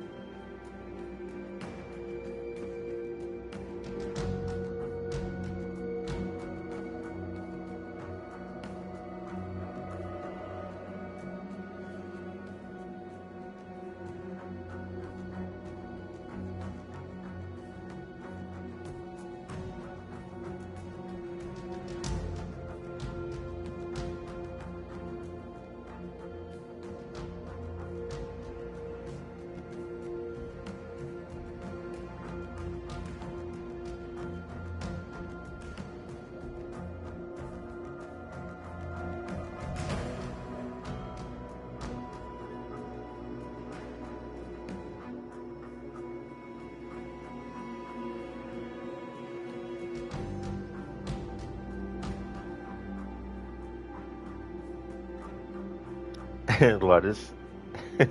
That's a totally religion April Fool's joke. I didn't actually do one this year. Um, one year I pretended that I was actually doing a stream of Assassin's Creed Rogue. What I did was I went to my laptop and I set up OBS and I went to YouTube and I found a video that was just the cutscenes, but it also had the intro, including like the messages at the start and all that kind of stuff, and it didn't have commentary. So pretty much I just had that playing and then started the stream, because for those who know, I'm not a fan of that game. So in the past I've done an April Fool's joke making people think I was actually going to, do a stream of it, because I've played it and finished it off stream before I became a streamer, but I haven't actually played it again since, let alone streamed it at all. So I used that as like an April Fool's joke. So I just started the YouTube video and started my usual intro and all that kind of stuff. But I didn't, go on for too long, because obviously people would then be able to tell without me saying anything that it was an April Fool's joke. Gladys and chat, you're looking forward to Mortal Kombat Mythology Sub-Zero. Oh, dude, I would love to play that game again. I just love how Sub-Zero falls to his death and he's like, whoa! And the shot of him actually falling down the chasms and all that kind of stuff.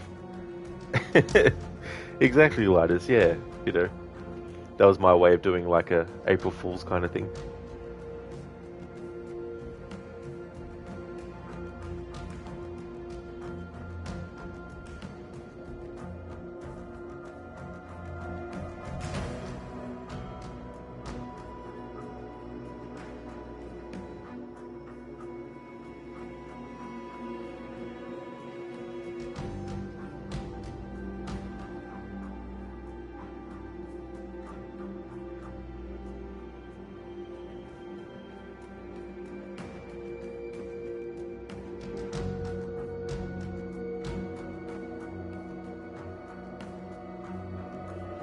Lighters, man, fuck that game. Sometimes stage 2 is ridiculously hard. You expected endgame to be hard, but you need to figure out how to fatality Sub-Zero.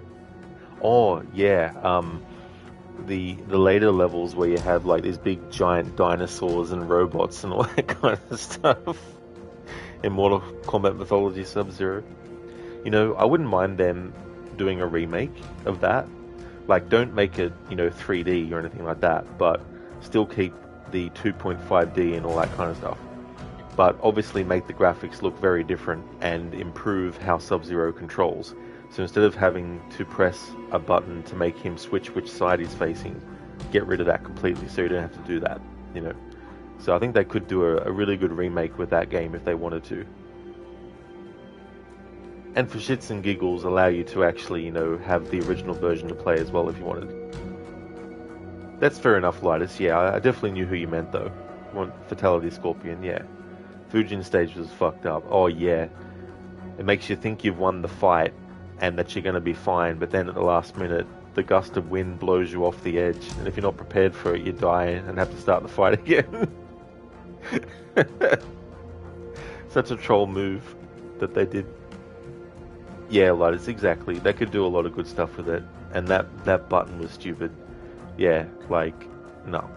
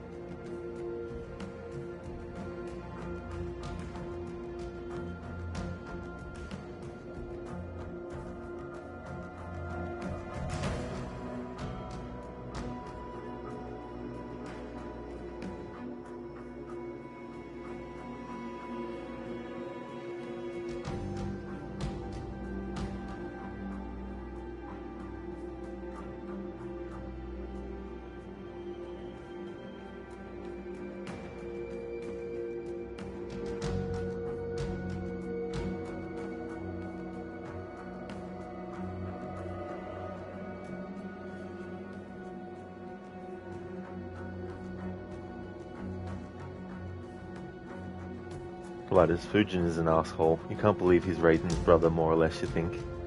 Yeah, not too sure myself. Like, not saying that it's not true, but I can't remember if I read about whether he is or not, but God give you the patience you need to defeat that stage. You'll try doing it, wish you luck. Best of luck with that, Lighters.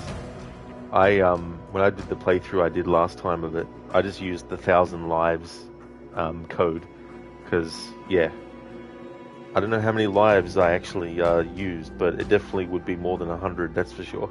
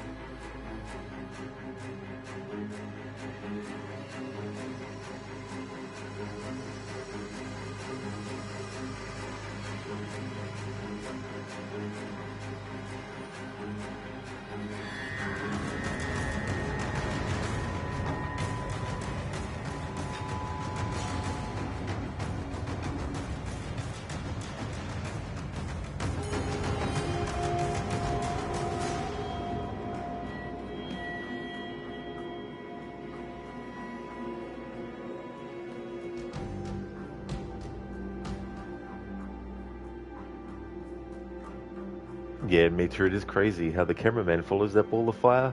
Very, very much a true sign of dedication to one's work.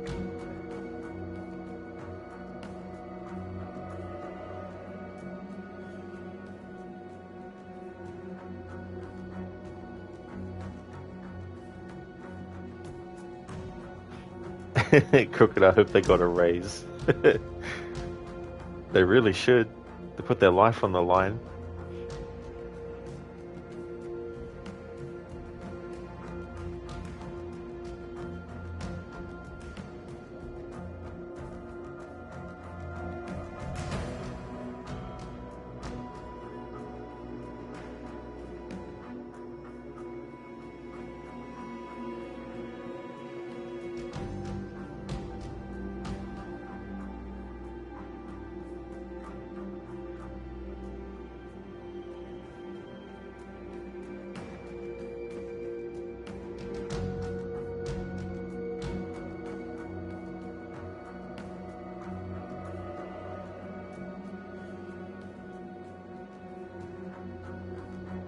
Nice one, Crooked.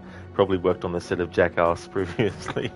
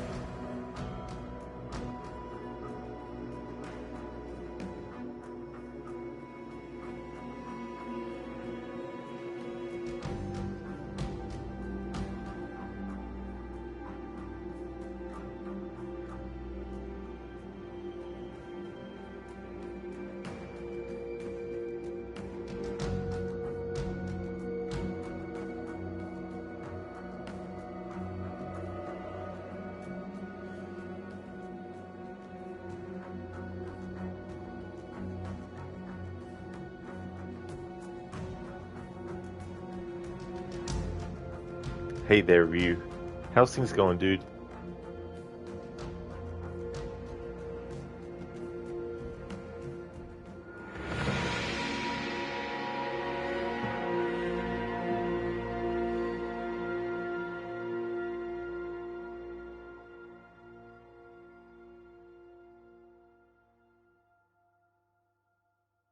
Oh, very nice, Ryu. Glad to hear that you're going well, dude.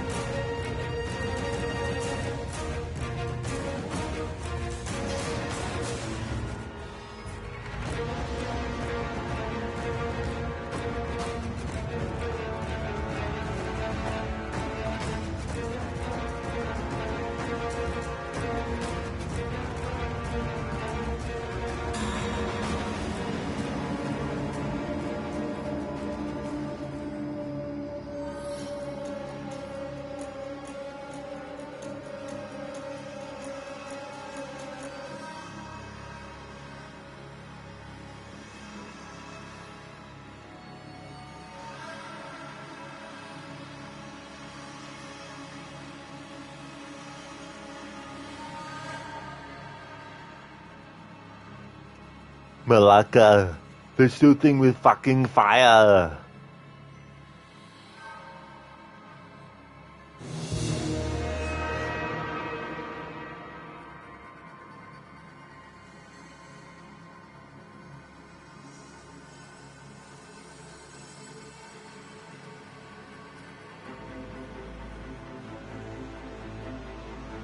Thanks for redeeming that as an Arnie impression, Crooked.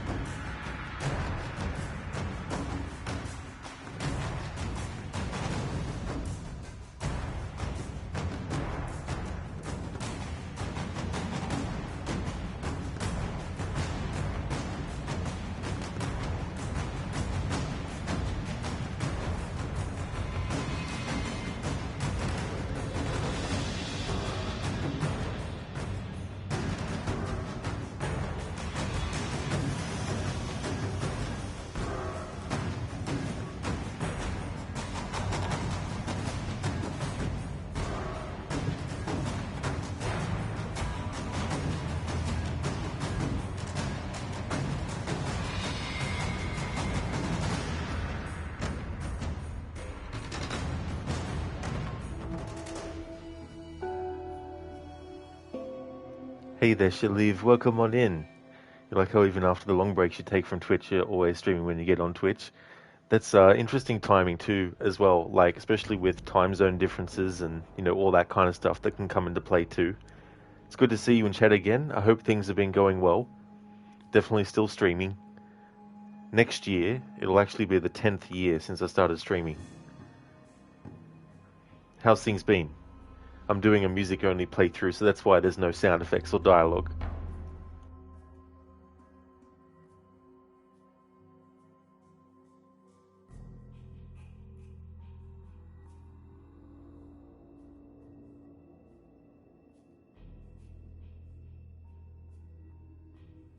Shaliv, they've been going well. You're almost done with your mandatory service. You're probably going to move to Canada for a while after it. Oh, very nice. That's cool.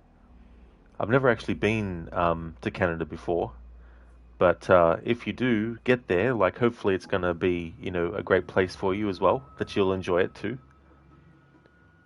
Absolutely, Amita. Definitely, that's the plan, for sure. Yeah, the Blood Ties DLC doesn't really have any new music to it. I think it recycles music from the main game and also Baba Yaga DLC as well, so I'm not going to worry about doing that for this playthrough.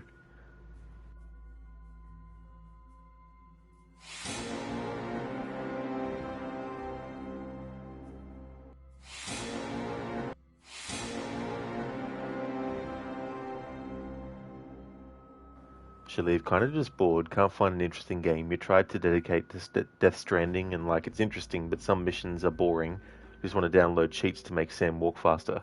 Oh, that's totally fair too as well. Yeah, I haven't actually played that game. I've seen it being played though, but haven't played it myself.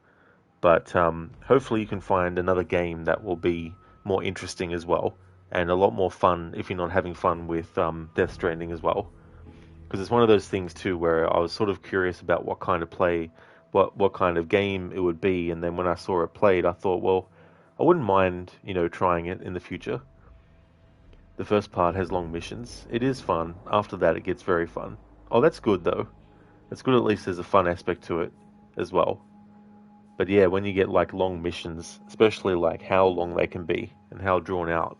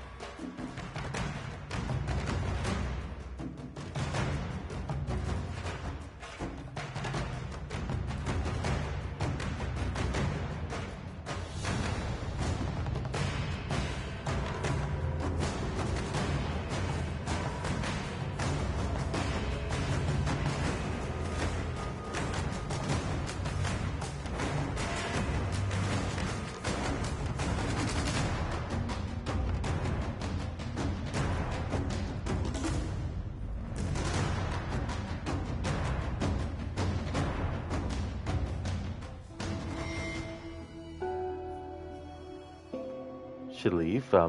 You've oh, um, it's either you're avoiding or trying to strategically take them out. Wait, Rise of the Tomb Raider had arrows you could attach to stuff. Forgot about that. You should try it again. You kind of just been replaying Shadow of the Tomb Raider when you're replaying Tomb Raider games. Oh, cool. Yeah.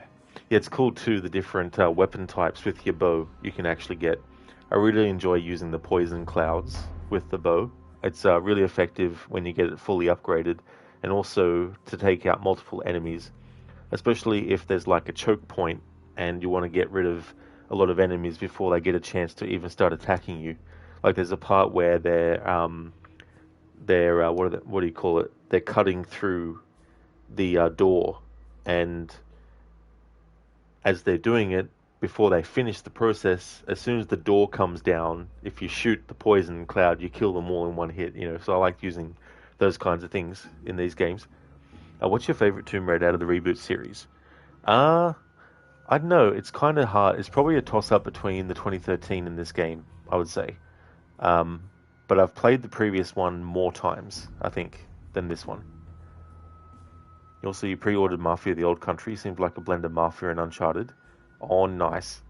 Yeah, I haven't actually played any of those games, but I do like the idea of one in the series going way back, to Italy. That's like really cool. If they had it in Shadow, it would be so OP because it's easy to get resources in it. Oh, the poison arrows. Oh, yeah, absolutely. That's the other thing, too. It's so funny, you can do it in this game, but I use it more in Shadow where you have the dead body and you put like the explosive lure on it, and then when an enemy gets near it, it just blows them up. You can do that in this game, but I use it a lot more in Shadow. You should play the Mafia games. They're really good. Their bundles are always on sale. That's really cool that that happens too, as well. Yeah, that's the thing too. Like, taking advantage of sales is a good idea as well.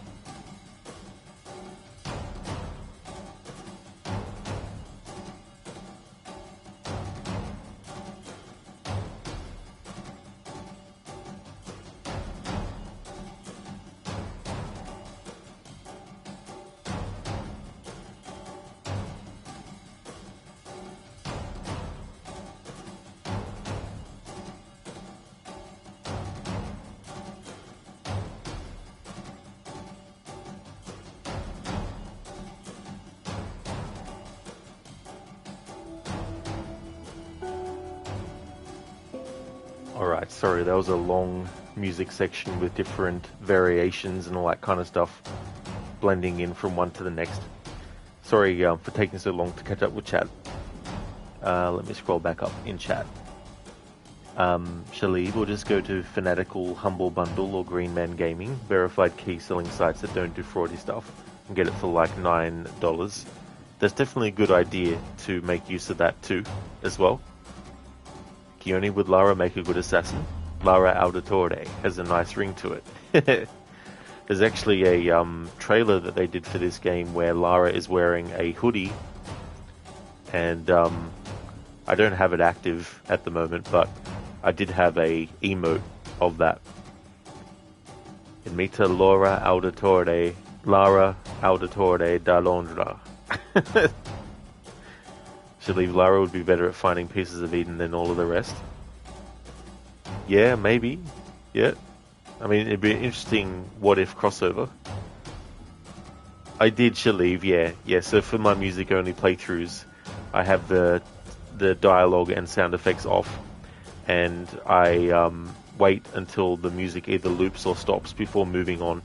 And sometimes the same piece of music has different additions that get added depending on how far away you are from an object. So I like to cover that as well. Keone, pew pew noises, boom explosion, kapow pow pow pow. Nice one, Keone, there we go. Hey there, Raid. You recently came up with a new idea, call it a zoo. Basically, you go around the world, arrest animals, imprison them against their will, drug them to look happy, and people will pay to see them. What do you think of this idea? Well, I would have to say that the idea has already been done, unfortunately, a lot of times. Welcome on in, Raid. How's things? Should leave you just modding Rise of the Tomb Raider on PC to force. Or DLAA on since they added DLSS. Well, that's definitely fair if you need to do that kind of stuff, especially with the PC version as well.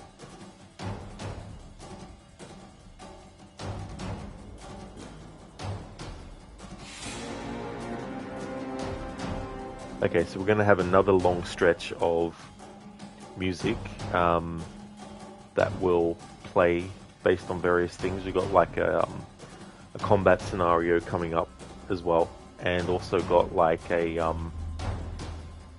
stealth section coming up as well.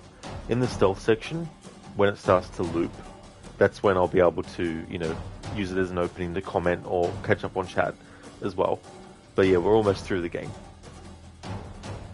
Actually, if it isn't necessary, DLAA is better anti-aliasing. It isn't necessary, but you can make the game prettier. Well, that's definitely fair enough too as well. Hey there, Octavius. Good morning. I am doing well, thanks. Things are going good. On the home stretch almost to get this playthrough finished. Things are going well. How about yourself?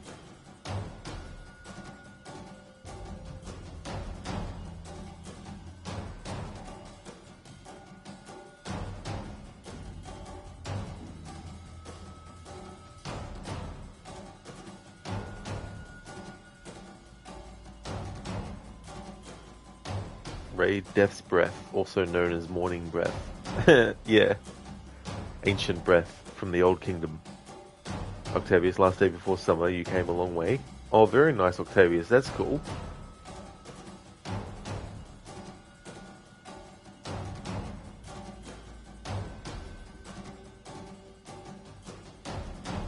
Tomorrow is June. Sure is. That's right.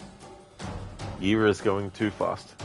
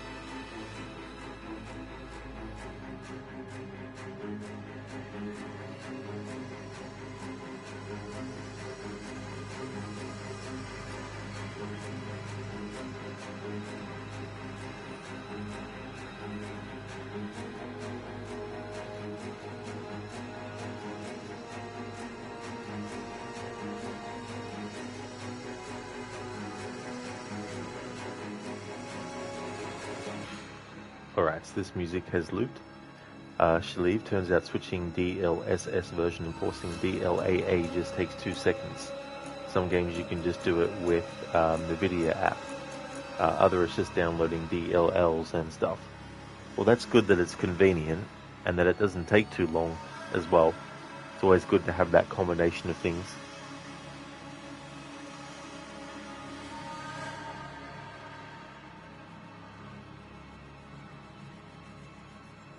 So we're pretty much almost through the game. So after this section, we're going to have a fight with Constantine. He takes Lara's weapons off her, and so you have to rely on finding craftable explosives on the fly and then use them against him. In terms of like the combat music, I'm going to, of course, survive for as long as I can without actually dying, so that the music can either loop or stop in that. And then when we actually defeat Constantine, you've got a few options. You can either shoot him, you can go in close and melee him, or you can basically walk away. And he'll die either way, whichever method you use. In this playthrough, I'm going to do the melee attack. I had a look at my last phase, where I did 100%, and when I killed him in that phase, I actually shot him with an arrow in the crotch. So I wanted to show different ways to kill him in these playthroughs. So for phase 2, I'll choose to kill him with a melee attack, and then in phase 3 I'll walk away, because in phase 3 I'll have all the dialogue and everything playing. So if there's any special dialogue that happens when Lara walks off to get rid of him, then at least I'll be able to do it when there's actually dialogue. And then of course there's the end credits. Then there's also the credits with a song. I'm going to let the song play in full, and then there's an after credit sequence as well.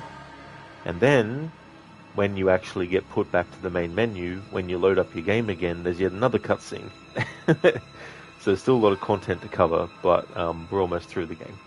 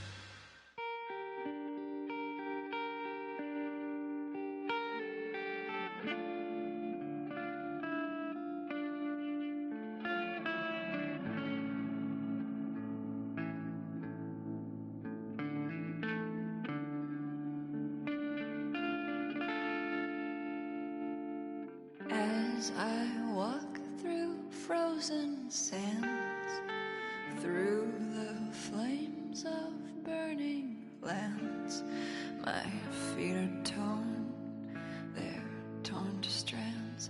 I will not thirst.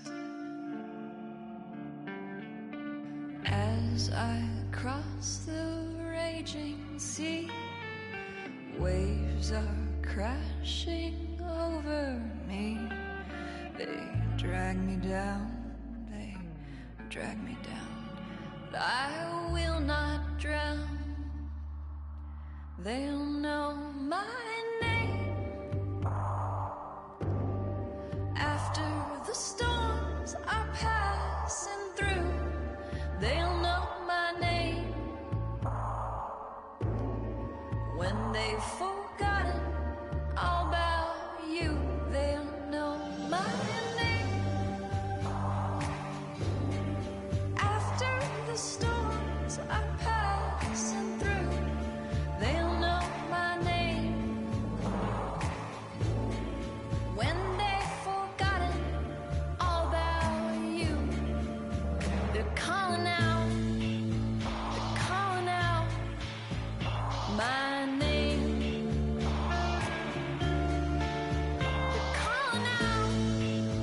They're calling out my name. And I shall rise, oh will I shall rise, again and again. I shall rise, oh will I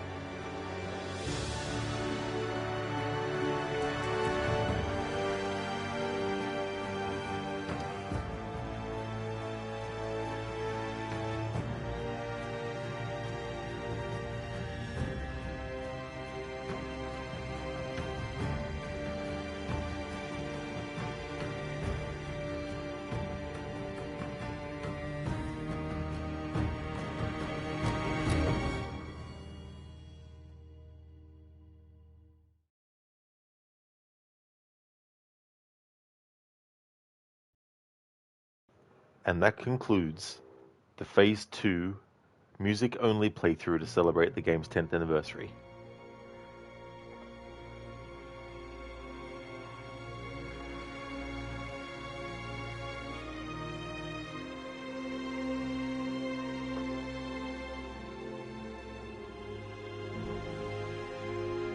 Cody, thank you so very much again for giving the gift sub to Keone.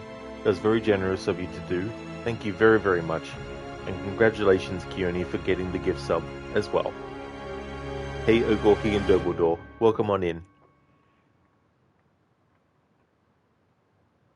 Yeah, exactly, Crooked. It's like we're all dying, Anna. Get over it. What got up this guy's bum? That's true. Constantine, he ate too much chili. He had flame coming out. Thank you again, Crooked, for using your bits to enlarge Lucinda's emote.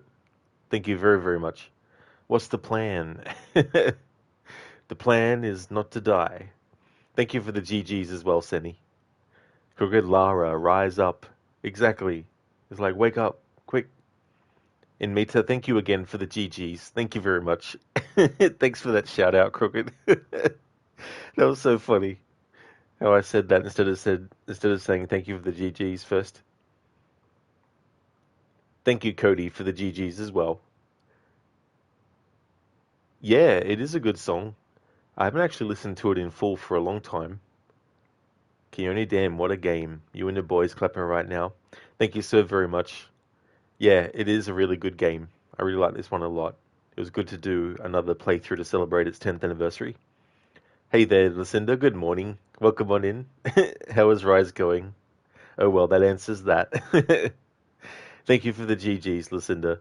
Yeah, it's going really, really good. I got the challenge tombs done to test it for music, and I've also got all the main stuff that I wanted to do. So that was good.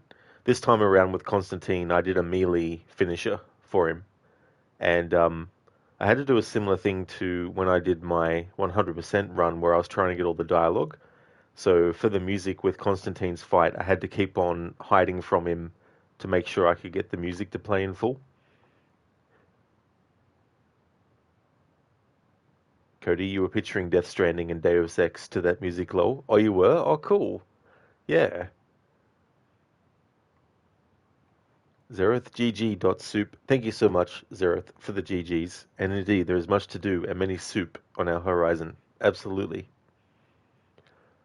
So there will be another phase to celebrate this game's 10th anniversary at a later date before the year is out. There'll be that phase, but there'll also be my annual playthrough of this later in the year as well. So, uh, 2 more playthroughs of this game on the channel this year at least. One is Phase 3 for its 10th anniversary, and the other is the annual playthrough as part of the annual series. And speaking of that, that's what I'll be starting when I finish this stream, is my annual series run of Tomb Raider. They're the Tomb Raider games that I'll be doing as part of the annual playthrough. Not all of them will be done back to back though, so the first group will be Tomb Raider, Tomb Raider 2, and Tomb Raider 3. And I'll take a break after finishing that group and then do some other games and then come back to do group 2 and so on and so forth until all the groups of Tomb Raider games are actually done. Before I end the stream, I'd just like to give a shout out to the following streamers.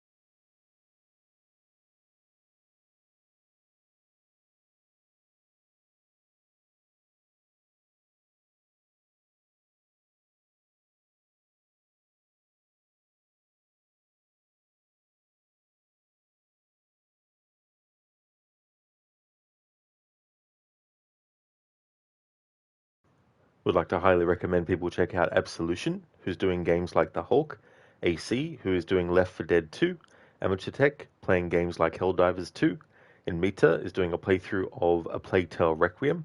He's also doing a playthrough of Alien Isolation, Crocodiles is doing a playthrough of Assassin's Creed Brotherhood. He's doing it as part of a historical order run. He's doing all these different games set across different time periods in timeline order. Lidus is a streamer of a lot of retro stuff. He's also a big fan of the Mortal Kombat series. Lucinda is doing streams of games like Resident Evil 2 Original. She did a stream of that game, but the HD restoration project or the Biorand version of Resident Evil 2. Also doing a Resident Evil marathon, currently up to Resident Evil 6 with that. Mr. Gote is a streamer of games like Banish's Ghost in New Eden as well as Outlast and Elden Ring. Shitterlock is doing a playthrough of God of War, as well as a playthrough of Assassin's Creed Black Flag, doing a minimal kill playthrough. Shin the Ninja Penguin is doing a playthrough of Assassin's Creed Odyssey. So definitely recommend checking out those streamers if you haven't before. In Meta, no problem at all for the stream and for the shout out as well, dude. No worries. And Lucinda, no worries at all for the shout out either. More than happy to give you shout outs. And Zereth, left for soup, right for soup, down for soup, up for soup. Soup everywhere. No worries, Senny, for the shout out. Absolutely no trouble at all, Crooked. I want to thank everyone for watching this stream. I really appreciate it a lot. The next stream that you'll see from me, which will be in about 10 minutes, will be Assassin's Creed. No, got Assassin's Creed on the brain. The next stream that you'll see from me in about 10 minutes' time is the original Tomb Raider. I'll be playing the remastered version, but the graphics will be switched to the original graphics for the whole playthrough. So that'll be the next game that you'll see from me in about 10 minutes' time. And that'll be my Saturday and Sunday game moving forward. Yeah, listen, it was so funny. Like, my mind's all over the place. I said thank you to the chat. Crooked put GG's in the chat, and I said thank you for the shout out. Zereth Overrode Crook will stream Astrologia game some point, the silly game. Oh yeah, that one. Yeah, that's gonna be cool to see that again. That again. Listen, you scrolled up and saw that. Oh, nice. Yeah, it was just like, thank you for the shout out in my own channel, which you didn't do, but that's okay because I don't expect shout outs to myself in my own channel. Yeah, Cody, was just so funny. What a mix up. Crooked pretty much the same, isn't it? Very much the same, isn't it? Same difference.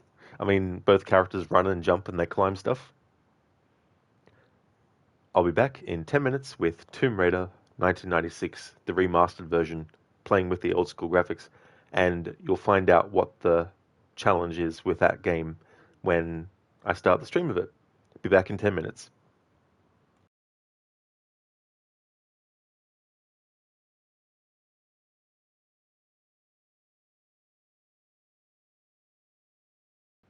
Thanks for the GGs, Eric. Thank you very much.